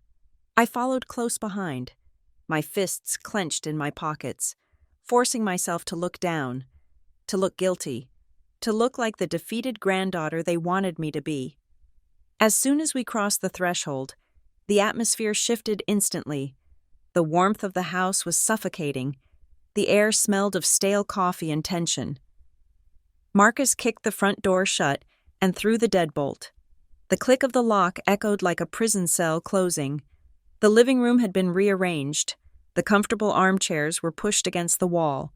In the center of the room sat the dining table, covered in stacks of paper. Seated around it were two men I recognized from the surveillance video. Dr. Aris, wiping sweat from his bald head with a handkerchief, and the family lawyer, a man with a face like a ferret. Sit down, Marcus commanded. Pointing to a wooden chair at the head of the table, Grandma sat. She looked small in the chair. She looked around the room, her eyes wide and fearful. Who are these people? She whispered. They are here to help you. Mom, Sylvia said, her voice dropping the hysterical act and becoming sharp and businesslike. This is Dr. Aris. You remember him? And Mr. Sterling. They are here to make sure you are taken care of. Taken care of? Grandma asked. We know about the ticket. Rowena. Doctor, Aris said, his voice oily. We know you are holding a winning lottery ticket worth $333 million. That is a lot of responsibility for a woman of your advanced years. It is too much. Marcus cut in. He was pacing back and forth in front of the fireplace, his energy manic and dangerous. You ran away. Mom, you disappeared with Athena without telling anyone. That is not the behavior of a sane person. That is a manic episode. I did not run, Grandma said softly. I took a trip. You were kidnapped, Sylvia snapped. She turned to me, her eyes full of venom. You dragged her across the country to confuse her. You were trying to get her to sign over the money to you, weren't you? I stepped forward. I did not do anything. She asked me to go. Shut up, Marcus roared. He turned on me, his face red. You are a predator. Athena, you took advantage of a confused old woman, but guess what? It ends today. He reached onto the table and picked up a thick document. He slammed it down in front of Grandma. Sign this, Mom, Marcus said. What is it? Grandma asked, her hands trembling as she reached for her reading glasses. It is a medical directive. The lawyer lied smoothly. It simply gives Marcus and Sylvia the authority to make medical decisions for you, like where you live and what doctors you see. It is standard procedure after a health scare. Grandma put on her glasses. She leaned over the paper. I watched her eyes scan the text. It was not a medical directive. It was a voluntary transfer of guardianship. It surrendered all her rights, financial, medical, and personal, to her children. It declared her incompetent. I cannot sign this, Grandma whispered. This says, I cannot access my own money. It is for your protection, Sylvia yelled. If you have that money, people will scam you. Athena is already scamming you. I am not scamming her, I shouted, losing my temper. I saved her life. You people would not even give her $500 for oxygen. Marcus moved faster than I expected. He crossed the room in 2 strides. He grabbed my arm, his fingers digging into my bicep. You want to talk about saving lives, he hissed, his breath smelling of scotch. If Mom does not sign this paper right now, I am calling the police. I am pressing charges against you for kidnapping a vulnerable adult. Elder abuse, coercion. You will go to prison for 20 years. Athena, let go of me. I struggled, trying to pull away. Marcus shoved me. It wasn't a gentle push. He utilized his full weight. I stumbled backward, my hip slamming hard into the corner of the mantelpiece. Pain shot down my leg. I gasped and fell to one knee. Athena Grandma cried out, starting to rise. Sit down, Marcus screamed at her. He pointed a finger in her face. Look at her. Mom, look at your granddaughter. Do you want her to rot in a cell? Do you want her life over? Because I will do it. I swear to God, I will ruin her. Grandma froze. She looked at me, clutching my bruised hip on the floor. She looked at Marcus, whose face was twisted into a mask of pure greed. Please, Grandma whispered, do not hurt her. Then sign the paper, Sylvia said cold-bloodedly. Sign it, and we let Athena go. We will even give her a little cash to start over. But you come with us. Come with you where Grandma asked. We found a nice place, Marcus said, adjusting his tie. A VIP facility, Sunset Pines. They have a special wing. Secure, safe. You will be happy there. You won't have to worry about the house or the bills. We will sell this dump and put the money into your care. Sunset Pines, Grandma repeated. The state facility. It is the best option. Doctor, Aris chimed in, his voice shaking slightly. Highly recommended. Grandma looked down at the paper. She looked at the pen lying next to it. It was a cheap plastic ballpoint pen. Okay, she said. Her voice was defeated. Okay, if you leave Athena alone, we promise, Sylvia said, smiling. Her smile was terrifying. It was the smile of a predator who just felt the trap snap shut. Grandma picked up the pen. Her hand was shaking violently. She touched the tip to the paper. Sylvia leaned in, her eyes hungry. Marcus stopped pacing, holding his breath. The lawyer uncapped his own pen. Ready to notarize, I watched from the floor. I knew the plan. I knew this was the moment. But seeing her there, looking so small, surrounded by these monsters, I felt a surge of genuine fear. What if she actually signed it? What if she gave up? The pen scratched against the paper. She wrote the first letter of her name, R. Then, she stopped. She held the pen in midair. The shaking in her hand began to slow. It steadied. Then, it stopped completely. Mom, Marcus asked, "What is wrong?" "Keep writing." Grandma took a deep breath. She exhaled slowly. She lifted her head. The fear was gone from her face. The confusion had evaporated. In its place was a look of cold, hard steel. She looked at the pen in her hand as if it were a dirty insect. "You know," she said, her voice clear and strong, devoid of any tremor. "I always hated this table. It is wobbly." What Sylvia blinked. "Mom, sign the paper." Grandma turned to look at Marcus. She looked him up and down, analyzing him like a specimen in a jar. "You pushed her."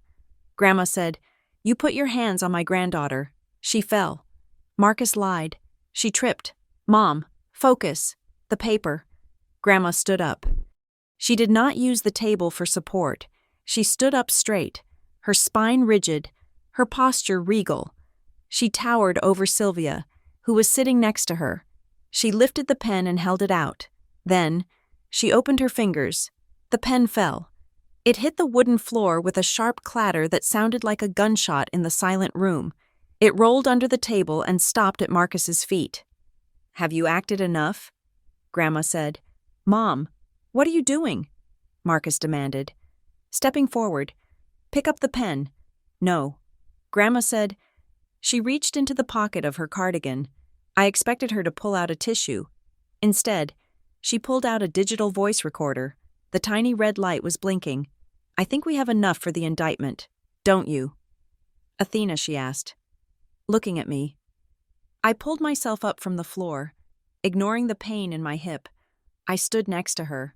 "I think we have plenty." "Grandma," I said, especially the part where he threatened to frame me and the part where he assaulted me. Marcus looked at the recorder. He looked at me. His face went from red to a pale, sickly white. "You? You are recording this," he stammered. Washington is a two-party consent state, the lawyer sneered, finding his courage. That recording is inadmissible. You cannot use that in court. Actually, a voice boomed from the hallway. You can. The lock on the front door clicked. It hadn't been picked. It had been opened with a key. The door flew open, banging against the wall. Harrison Thorne stepped into the living room. He was not alone. Behind him were 4 men who looked like they were carved out of granite. They wore dark suits and earpieces. They filled the small entryway, blocking the only exit. "Who the hell are you?" Marcus shouted, backing away. "Get out of my house." "It is not your house," Harrison said calmly, stepping over the threshold. "It is Mrs. Sterling's house. And under the exception for the suspicion of a felony in progress, specifically extortion and elder abuse, all recording devices are admissible." Harrison held up his phone. "And by the way," he added, looking at Dr. Aris, "we have the live feed from the camera we planted in the library yesterday. We have you accepting the $50,000 bribe." Doctor. Aris made a choking sound. He slumped in his chair, looking like he might vomit. Grandma looked at her children. They were paralyzed. Sylvia's mouth was hanging open. Marcus was backed against the fireplace, looking for a weapon, looking for an escape, looking for anything but the truth. "You wanted a signature," Grandma said, her voice icy. "You wanted me to sign my life away." She reached into her other pocket and pulled out a folded piece of paper. It wasn't the guardianship form. It was a single sheet of heavy, cream-colored stationery. "I signed something else instead," she said. She tossed the paper onto the table. It landed on top of the guardianship petition. It was a restraining order. "Get them out of my sight." "Harrison," Grandma said, turning her back on them, "I have a headache, and I believe my son owes my granddaughter an apology for the bruise on her hip." The security team stepped forward. The room shrank. The air left the room, and for the first time in their lives, Marcus and Sylvia looked exactly like what they were: small. Scared children who had broken a toy they could never afford to replace. The living room, which had been a place of attempted execution just moments ago, was now a courtroom. The air was thick with the scent of rain, cheap cologne, and the sour metallic smell of fear. The 4 security guards stood like statues at the perimeter, their presence turning the cozy bungalow into a holding cell. Marcus and Sylvia were no longer the predators. They were the cornered rats, twitching and eyeing the exits that were firmly blocked. Harrison Thorne did not shout. He did not pace. He simply walked to the large flat-screen television mounted above the fireplace, the one Marcus had bought Grandma 3 years ago. Not out of kindness, but because he wanted a place to watch football during Thanksgiving. Harrison pulled an HDMI cable from his briefcase and plugged it into a tablet. "You accused my client of mental incompetence," Harrison said, his voice smooth and deadly calm. "You claimed she is confused. You claimed she is vulnerable. You brought a doctor here to certify that she cannot distinguish reality from fantasy." He turned to Dr. Aris, who was currently trying to shrink into the upholstery of the armchair. "Dr. Aris, before you lose your medical license entirely, I suggest you pay close attention to the screen." Harrison tapped the tablet. The television flickered to life. The video was grainy, shot in black and white from a camera hidden on a bookshelf, but the audio was crystal clear. It was the library in Marcus's house. The timestamp in the corner read, "Yesterday, 9:14 a.m." on the screen. Marcus poured a drink. Sylvia examined her nails. "We need a diagnosis of advanced dementia." Sylvia's voice rang out from the TV speakers, tinny but unmistakable. "Not just confusion. We need incapacity. We need a judge to sign an emergency conservatorship order by tomorrow morning." In the living room, real-life Sylvia gasped. She brought her hands to her mouth, her eyes bulging. "And the fee?" the on-screen doctor, Aris asked. $50,000. On-screen Marcus replied. "Cash, from the first withdrawal we make from her trust." Harrison paused the video right on Marcus's face. The stillness of the image made the malice in his expression even more grotesque. "That," Harrison said, pointing to the screen, is a conspiracy to commit wire fraud, healthcare fraud, and extortion. And since you discussed utilizing the banking system to process the theft of the trust funds, it is also a federal crime. That is a deep fake, Marcus shouted. He lunged forward, his face turning a violent shade of purple. You faked that AI. It is AI. I never said that. We have the metadata. Mr. Sterling, Harrison said, not even flinching. We have the original file. We have the testimony of the private investigator who installed the camera under a warrant exception for elder abuse. And most importantly, we have Dr. Aris right here. Harrison turned to the sweating doctor. Doctor, would you like to testify that this video is a fabrication, or would you like to discuss a plea deal with the district attorney before the police arrive? Doctor, Aris crumbled. It was instantaneous. He did not argue. He did not defend his friend. He looked at Marcus with pure hatred. He made me do it, Doctor, Aris whispered, his voice cracking. He said she was already gone. He said she wouldn't know the difference. He promised me the cash. You traitor, Marcus screamed, stepping toward the doctor. Sit down. One of the security guards barked, stepping forward. Marcus collapsed back against the fireplace mantel, looking like a man who had been punched in the gut. So, Harrison continued, sliding a new stack of papers onto the table. We have established that the accusation of incompetence was a fabrication paid for with a bribe. Now, let us look at the reality. He picked up 3 bound documents. While in New York, Mrs.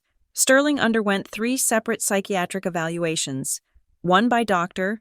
Evans at Columbia Presbyterian, one by Dr. Choi at Mount Sinai, and one by a court-appointed forensic psychiatrist we hired independently. Harrison tossed the reports onto the table. They landed with a heavy thud in front of the family lawyer, who looked like he wanted to dissolve into the floorboards. All 3 concluded the same thing, Harrison said. Rowena Sterling possesses a cognitive function superior to 90% of people her age. She is sharp, she is lucid, and she is fully capable of managing her own affairs. In fact, Doctor, Evans noted that she has a better grasp of complex financial structures than her son, who apparently thinks asset optimization is a legal defense for theft. This is an ambush, the family lawyer muttered, closing his briefcase. I was not informed of these circumstances. I am recusing myself. Sit down. Counselor, Harrison said, you are a witness now. We are done with the defense, Grandma Rowena said. She'd been standing quietly by the window, watching the rain. Now, she turned to face the room. She walked to the table, her movements slow and deliberate. She did not look at her children with anger. She looked at them with the clinical detachment of a coroner examining a corpse. Now, she said, we move to the prosecution. She took the HDMI cable from Harrison. She plugged it into her own iPad. You said I was confused, Grandma said. You said I didn't understand your love. You said you were trying to protect me. Let us look at the record of your protection. The screen changed. It was no longer a video. It was a projection of a text message thread. The font was blown up large enough for the neighbors across the street to read. The Sterling Legacy. Grandma read the group chat name aloud. A digital history of my irrelevance. She swiped the screen. November 14th, 2018. Grandma. Hello, everyone. The roof is leaking in the guest room. I put a bucket under it, but it is getting heavy. Does anyone have a ladder? Marcus. Mom, I am at the game. Call a handyman. Don't be cheap. Sylvia. Ugh, Mom, seriously, I am hosting brunch. Just ignore it until Monday. Grandma looked at Sylvia. I climbed that ladder myself. Sylvia. I was 71 years old. I slipped. I bruised my hip. I lay on the floor for 3 hours. I didn't call you because I didn't want to ruin your brunch. I didn't know.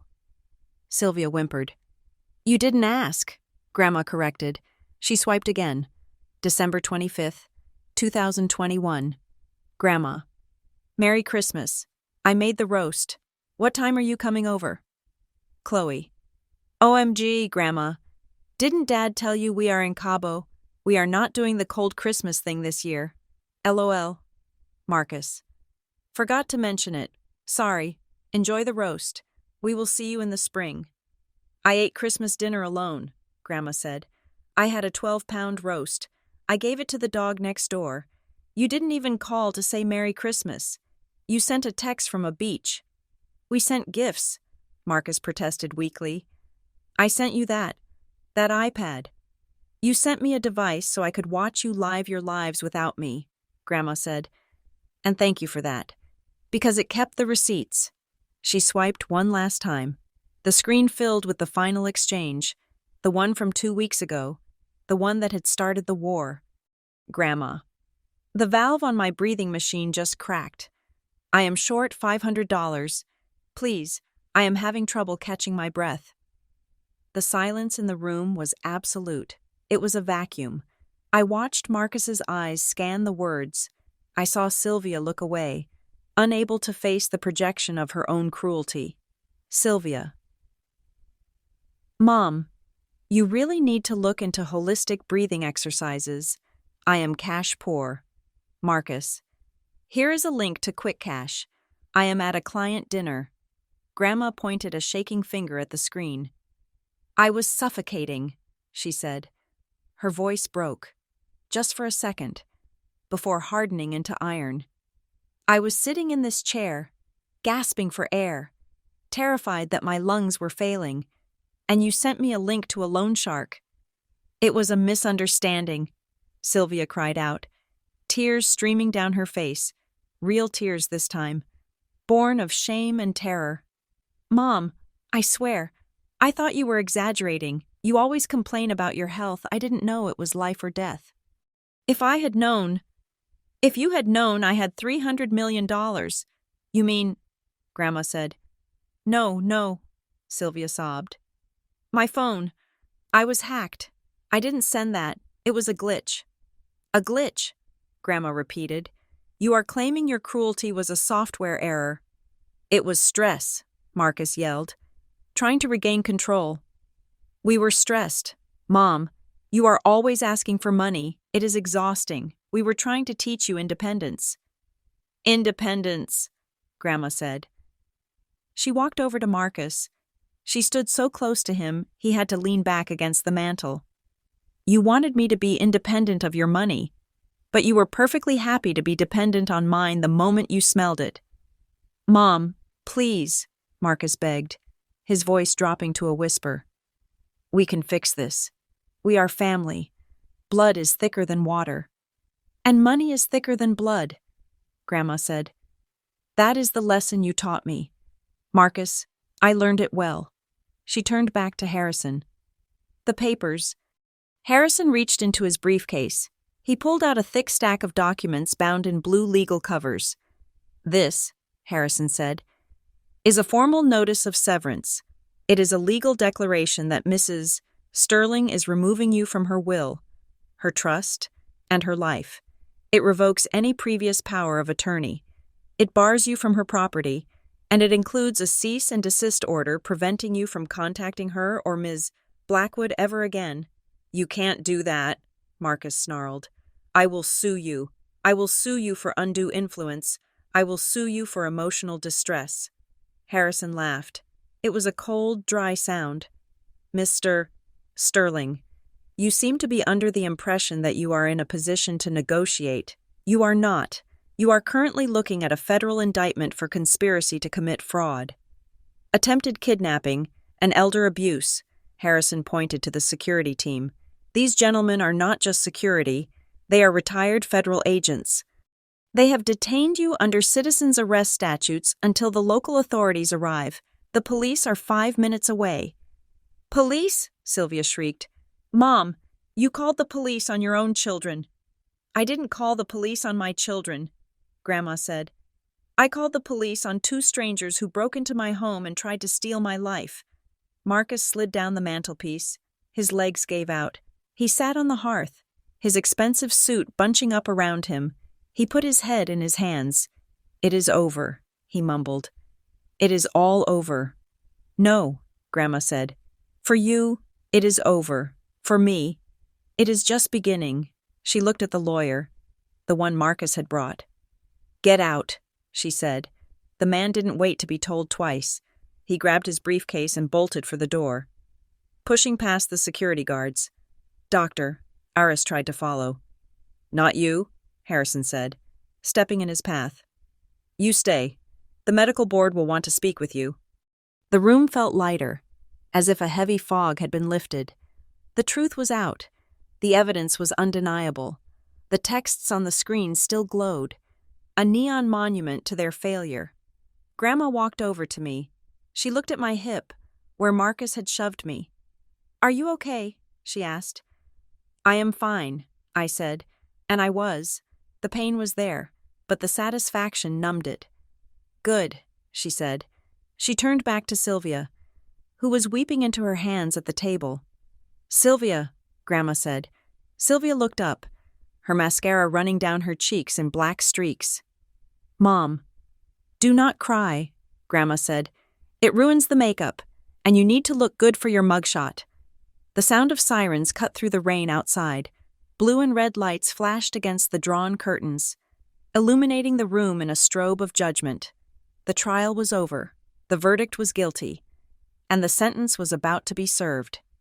The flashing blue lights of the police cruisers were visible through the drawn curtains, pulsing like a rhythmic heartbeat, but the banging on the door had not yet started. We were in the eye of the storm, that suspended moment between the verdict and the execution of the sentence. Marcus was slumped on the hearth, his face buried in his hands. Sylvia was weeping softly at the table, her makeup a ruin of black streaks. They looked broken. They looked defeated. But I knew them. I knew that deep down, beneath the fear of jail and the shame of exposure, there was still a pilot light of greed burning. It was the only thing that kept them warm. Grandma Rowena knew it too. She walked to the center of the room. She adjusted her cardigan, smoothing the wool as if she were preparing to teach a Sunday school class rather than dismantle her lineage. The police are at the end of the driveway, she said, her voice cutting through Sylvia's sobs. Harrison has instructed them to wait 5 minutes. He told them we are securing the premises. That gives us 5 minutes to settle the family business. Marcus looked up. His eyes were red, rimmed with desperation. Mom, he croaked, please, I am your son. You can't let them take me. I will lose my license. I will lose the bank. I will lose everything. You lost everything the moment you decided I was a disposable asset. Marcus, Grandma said. But, she paused. She let the word hang in the air, heavy and pregnant with possibility. But you are my blood, she said. Biology is a stubborn thing, and despite everything, despite the cruelty and the neglect, I am a mother, and a mother provides. I watched Marcus's posture change. It was subtle, but it was there. He sat up straighter. The desperation in his eyes shifted, sharpening into a pathetic, hungry hope. Sylvia stopped crying. She looked at Grandma, sniffing loudly, her hands unclasping. They thought, even now, after the videos, after the recording, after the restraining order, that she was going to save them. They thought the checkbook was opening. I have made a decision regarding the inheritance, Grandma announced. She nodded to me. Athena, bring the envelopes. I walked to the sideboard where I had placed the 3 thick, cream-colored envelopes earlier. They were heavy. They felt substantial. I handed them to Grandma. She held them up. I told Harrison that I could not cut you out completely, she said. It felt wrong. It felt unchristian. So I have calculated exactly what each of you deserves based on your contribution to this family. She slid the first envelope across the table to Sylvia. For you, daughter. She tossed the second envelope onto the hearth next to Marcus. For you, son. She held up the third one. And this one is for Chloe and Julian. You can give it to them when you see them. Tell them it is from their grandmother. The room was silent. The only sound was the rain and the distant hum of the police radios outside. Marcus grabbed his envelope. His hands were shaking so hard he nearly ripped the paper. Sylvia fumbled with the seal, her breath coming in short. Greedy gasps. I could see the calculation in their eyes. They were thinking, maybe it is 1 million. Maybe it is 500,000. Maybe it is enough to pay the lawyers. Maybe she is still soft. They tore them open. Marcus pulled out the contents first. It was a single check. He stared at it. He brought it closer to his face. He blinked, as if trying to make the ink change shape. $1, he whispered. Sylvia pulled hers out. She let out a strangled sound, like a cat being stepped on. $1, she shrieked. Mom, what is this? Is this a joke? It is a legal tender check for $1, Grandma said calmly. Do not lose it. You will need it for the vending machine at the courthouse. You said you were providing for us, Marcus yelled, scrambling to his feet, the hope curdling instantly into rage. You have $333 million, and you give us $1. That is not an inheritance. That is an insult. Read the rest, Grandma said. There is an attachment. Marcus reached back into the envelope. He pulled out a stapled stack of papers. It wasn't a letter. It was a spreadsheet. It was an invoice. I had my accountant go back through the records, Grandma said, her voice turning clinical. We did a forensic accounting of my investment in you. She pointed to Marcus. Page 1, Marcus, 1998. I sold the lake cabin to pay for your MBA, cost $45,000. Adjusted for inflation, $82,000. She pointed to Sylvia. Page 2, Sylvia, 2004. Your second wedding, the one with the ice sculptures. I took a second mortgage on this house to give you the wedding of your dreams. Cost $30,000. Adjusted for inflation, $55,000. She walked around the table, tapping the papers. The down payment on your first house, the bail money when you got that DUI in college, the loans you promised to pay back when you started your businesses, the private school tuition for Chloe and Julian that I paid because you said you were illiquid that year. She stopped and looked at them. I tallied it all up, she said. The total cost of raising you, supporting you, and bailing you out comes to approximately $480,000 per person, she smiled. It was a terrifying, razor-sharp smile. So, I applied the $1 inheritance against the principal debt, which means, according to my calculations, you each owe me $479,999. Marcus stared at the invoice. His face was purple. The veins in his neck were bulging. You are charging us for raising us, he spit out. That is sick. That is twisted. It is business. Marcus, Grandma said. Asset optimization. Isn't that what you called it? I realized my investment in you was yielding a negative return. So, I am calling in the debt. I am not paying this, Sylvia screamed, throwing the papers on the floor. I am not paying you a dime. Oh, you won't pay me, Grandma said, because you will be bankrupt. Harrison has already filed liens against your properties to recover the debt. By the time the lawyers are done with you, you won't have a house to sell. You won't have a car to drive. You will have exactly what I had 2 weeks ago. Nothing, she turned to me. Athena.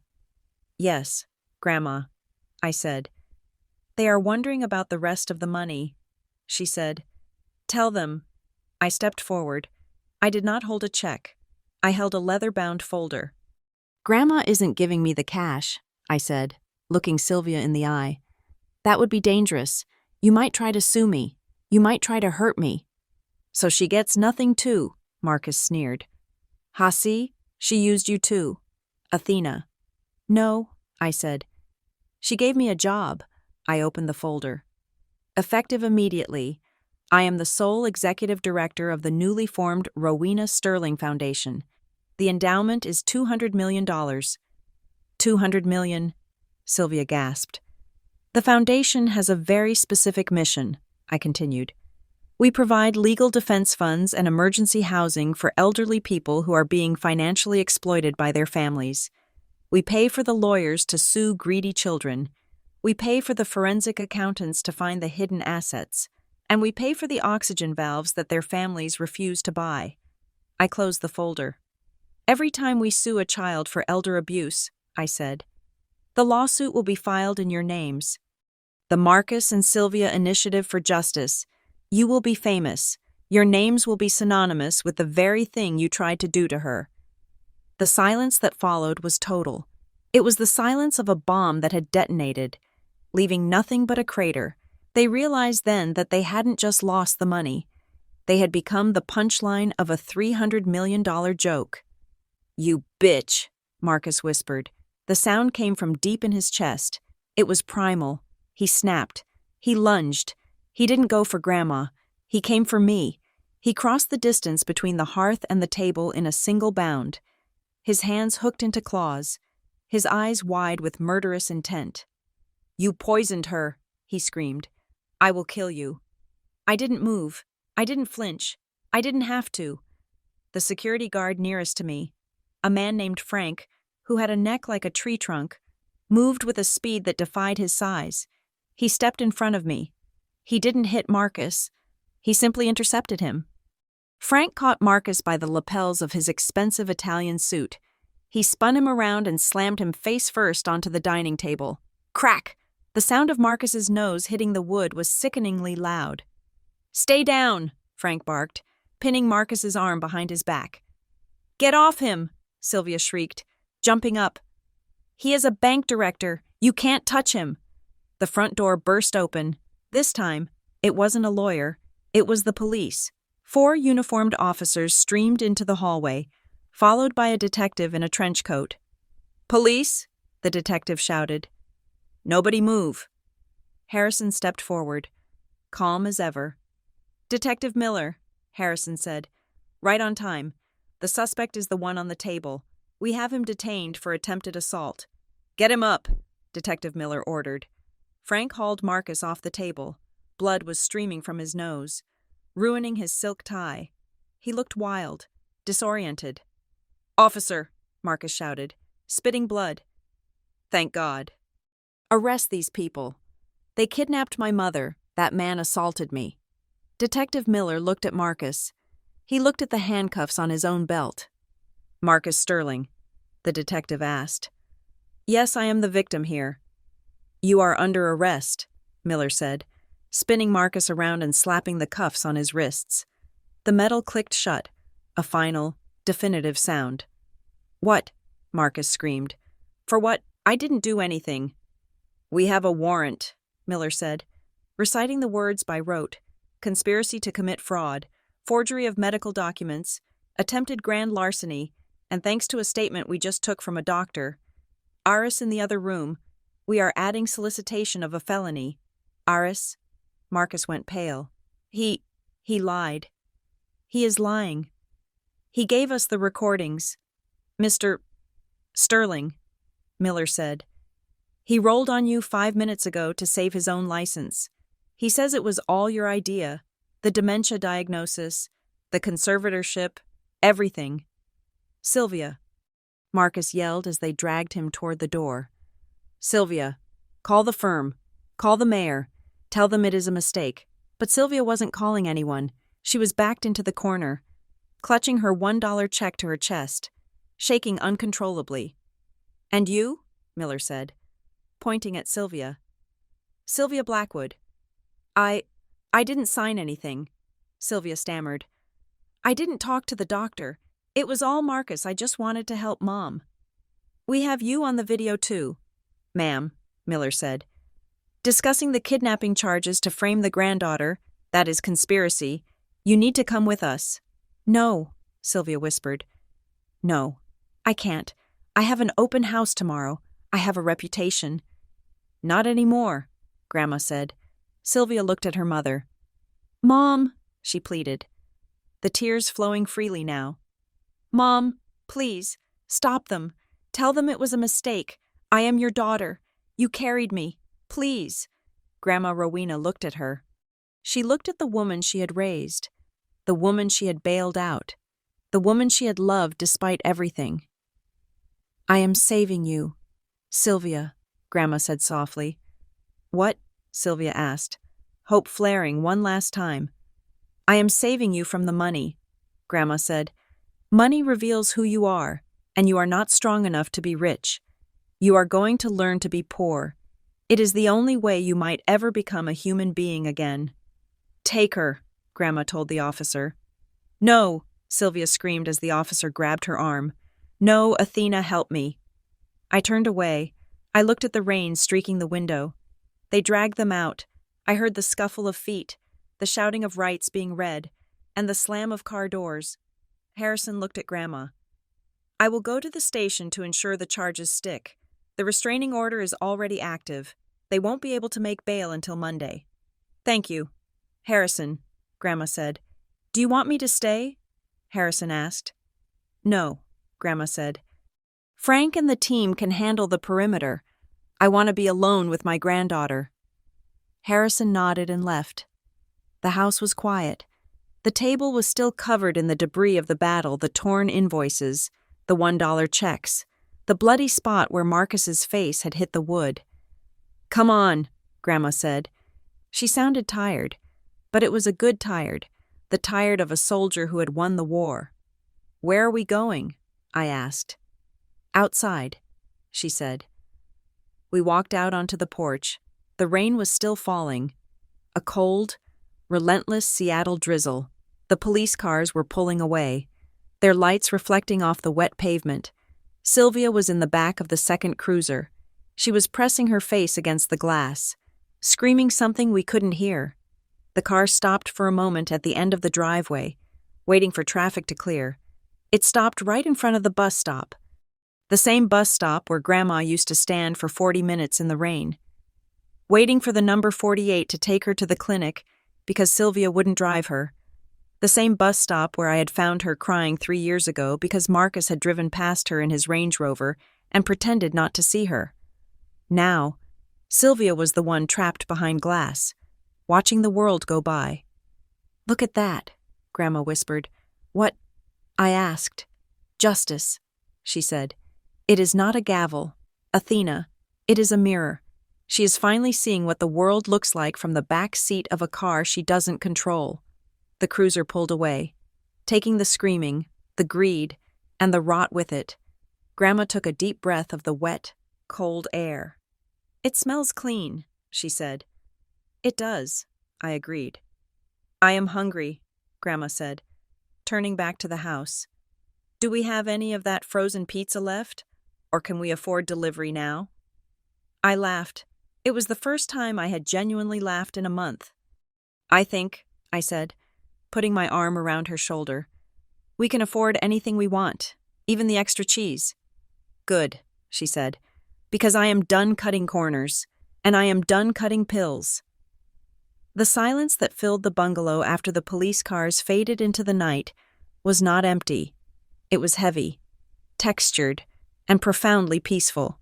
For 20 years, this house had been filled with the invisible noise of my grandmother's anxiety, the fear of the next bill, the fear of the leaking roof, the fear of her children's disdain. Now, that noise was gone, sucked out the door along with Marcus and Sylvia. The only sound left was the rain tapping gently on the roof and the cardboard scrape of a pizza box being opened on the kitchen table. Pepperoni and jalapeno, Grandma Rowena said, inhaling the steam rising from the pie. I haven't had jalapenos since 1999. Marcus said they were bad for my digestion. He said old people should eat bland food. Marcus is currently eating a bologna sandwich in a holding cell, I said, pulling a slice from the box. So I think we can eat whatever we want. We ate in the kitchen, sitting on the wobbly chairs, bathed in the warm yellow light of the overhead lamp. It was not the filet mignon of the lakeside manor. It was not the room service at the plaza. But as I bit into the spicy, greasy crust, I closed my eyes. It was the best meal I had ever tasted. It tasted like victory. So, I said, wiping tomato sauce from my lip, what happens tomorrow? The lawyer said the asset seizure begins at 9. Do we need to be here? No, Grandma said. She reached for her handbag, which was sitting on the counter next to the red pepper flakes. Harrison handles the demolition. We build the future. She pulled out a thick binder. It was not the one she had shown the family. This one was bound in leather, embossed with gold letters, the last 500. I told you I was starting a foundation, she said, sliding the binder toward me. But I didn't tell you the details. Read the bylaws. I opened the book. The first page was a mission statement, written in Grandma's elegant, looped handwriting. The last 500 fund. Mission to provide immediate, no questions asked financial intervention for elderly individuals facing medical neglect due to familial abandonment. It is simple, Grandma explained as I read. We are setting up a hotline. It will be staffed 24 hours a day. If a senior citizen needs a prescription, a surgery, a wheelchair, or a heating bill paid, and their family has refused to help, we pay it. We don't loan it. We pay it. That is beautiful, Grandma, I said. Keep reading, she said, her eyes twinkling with a dark amusement. Clause 4, Section B. I turned the page. Clause 4, Section B. The notification of beneficiaries' kin. Upon payment of the medical expense, the Foundation shall send a certified letter to the immediate family members who refused assistance. The letter shall contain a copy of the paid invoice and the following statement. Your mother/father was kept alive today by a stranger, because to you, their life was not worth insert amount. We have paid the debt you refused. Please consider this notification a reflection of your character. I looked up at her. You are going to shame them. I am going to hold a mirror up to them, she corrected. Every time a son refuses to buy his mother insulin because he wants a new golf club, he is going to get a letter from me, and if he has a public profile, well, the letter might just find its way onto the internet. It is vicious, I said, smiling. I love it. It needs a director, she said. Someone who understands public relations, someone who knows how to weaponize the truth. She turned to the back of the binder. There was an employment contract, position executive director, name Athena Blackwood, salary $400,000 per year. And, Grandma added, pointing to a separate document underneath. This is the trust agreement Harrison finalized this morning. $50 million. It is yours. Athena, it is locked in an irrevocable trust. No one can touch it. Not a husband, not a creditor, and certainly not your mother. You will never have to choose between your dignity and your rent ever again. I stared at the number. $50 million.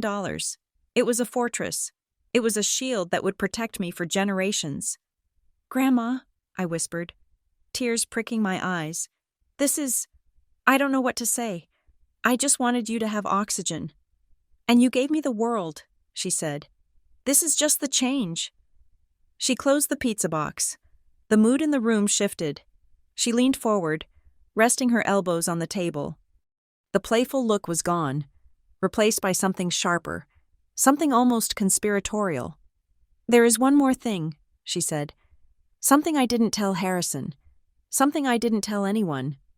What I asked, feeling a sudden spike of adrenaline. Is it about the trial? No, she said. It is about the money. The $333 million. Yes, she said. Or rather, the lack of it. My heart stopped. Grandma, did you spend it? Did you lose it?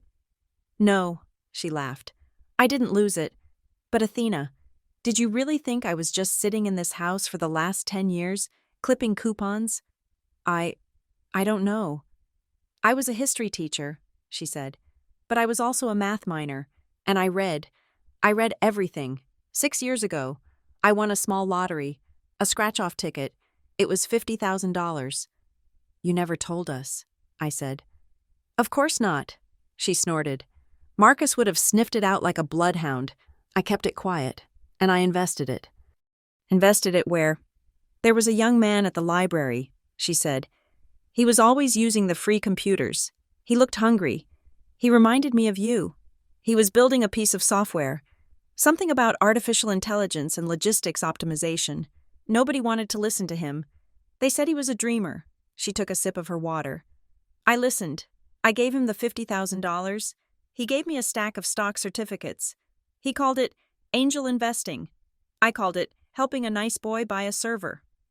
Grandma, I breathed, my mind racing. Who was the boy? His name is not important, she said, waving her hand. But the company he built, it went public last Thursday. She reached into her purse and pulled out a folded page from the Wall Street Journal. She tapped a headline: Tech Giant, IPO, smashes records, early investors see 10,000% returns. I checked my portfolio this morning, Grandma said casually. The $333 million from the Powerball. That is my walking around money. That is the decoy. She leaned in close, her voice dropping to a whisper. The stock is worth $1.2 billion. I sat there. The kitchen seemed to expand and contract. The rain outside sounded like applause. Billion, I whispered. With a B? With a B, she confirmed. So you see, Athena, when Marcus and Sylvia were fighting over the house, when they were plotting to sell this land for $400,000, they were stepping over a diamond mine to pick up a penny. She started laughing. It was a deep, belly-shaking laugh that filled the empty house. They went to jail for a fraction, she gasped, wiping tears from her eyes. They destroyed their lives for a rounding error. I started laughing too. It was hysterical. It was tragic. It was the ultimate cosmic joke. My uncle, the finance guru, and my mother, the real estate mogul, had been so blinded by their own greed for the visible scraps that they had missed the empire sitting right in front of them. Does anyone else know? I asked. Just you, she said, and it stays that way, to the world. I am just a lucky lottery winner. But to us, we are a dynasty. The next morning, before we left for the airport, I fired the final shot. I sat on the porch steps, my laptop balanced on my knees. I had written a press release. It was titled, The Truth Behind the Ticket. How one family tried to institutionalize a lottery winner. I attached the video of the bribery. I attached the screenshots of the text messages. I attached the invoice for the $1 inheritance. I sent it to the Seattle Times. I sent it to the New York Post. I sent it to every major news outlet in the country. Within 2 hours, the story was trending globally. The last 500 became the #1 hashtag. I scrolled through the comments as we drove to the private airfield. User 1. I hope that son rots in jail. Who denies their mom oxygen? User 2. Sylvia Blackwood is a realtor in Seattle. I just canceled my listing with her firm. Disgusting. User 3. The poodle wing donation makes so much sense now. Fake charity for fake people. The internet did what the internet does best. It dismantled them. Yelp pages were flooded with 1-star reviews. The bank where Marcus worked issued a statement distancing themselves from him within an hour. Sylvia's agency fired her via a tweet. They were not just incarcerated, they were erased. We boarded the plane. It was a Gulfstream this time, bigger and faster than the last one. Where to? The pilot asked. Grandma looked at a map of the world spread out on the table.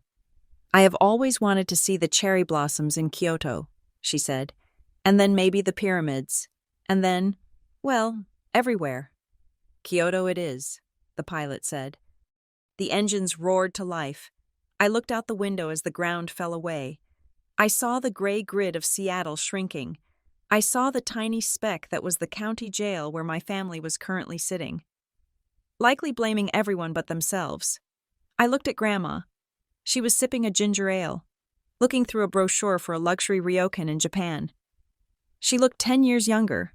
The weight of the secret, the weight of the abuse, the weight of the poverty, it was all gone. She caught me staring. What are you thinking about? She asked. I am thinking about the treasure, I said. You know, the old saying, one man's trash is another man's treasure. Grandma shook her head. No, she said. That is not quite right for us. She looked down at the city one last time, her expression a mix of pity and finality. They lost a treasure, not because they didn't have a map, she said softly, but because they thought the treasure was trash. They looked at me and saw a burden. They looked at you and saw a servant. They threw us away. She turned back to me, her eyes bright with the promise of the billion-dollar horizon. And now, she smiled, the only trash left is them. I clinked my glass against hers. To the trash, I said. To the trash, she agreed. And to the last 500. The plane banked east, chasing the sunrise, leaving the darkness behind us forever. Thank you so much for listening to Athena and Grandma Rowena's journey from the depths of betrayal to the heights of justice.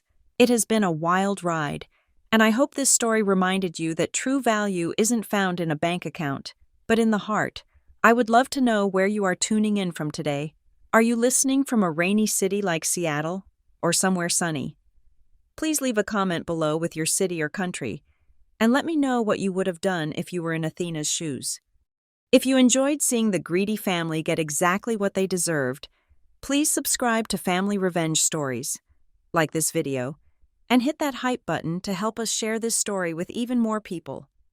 Your support means the world to us.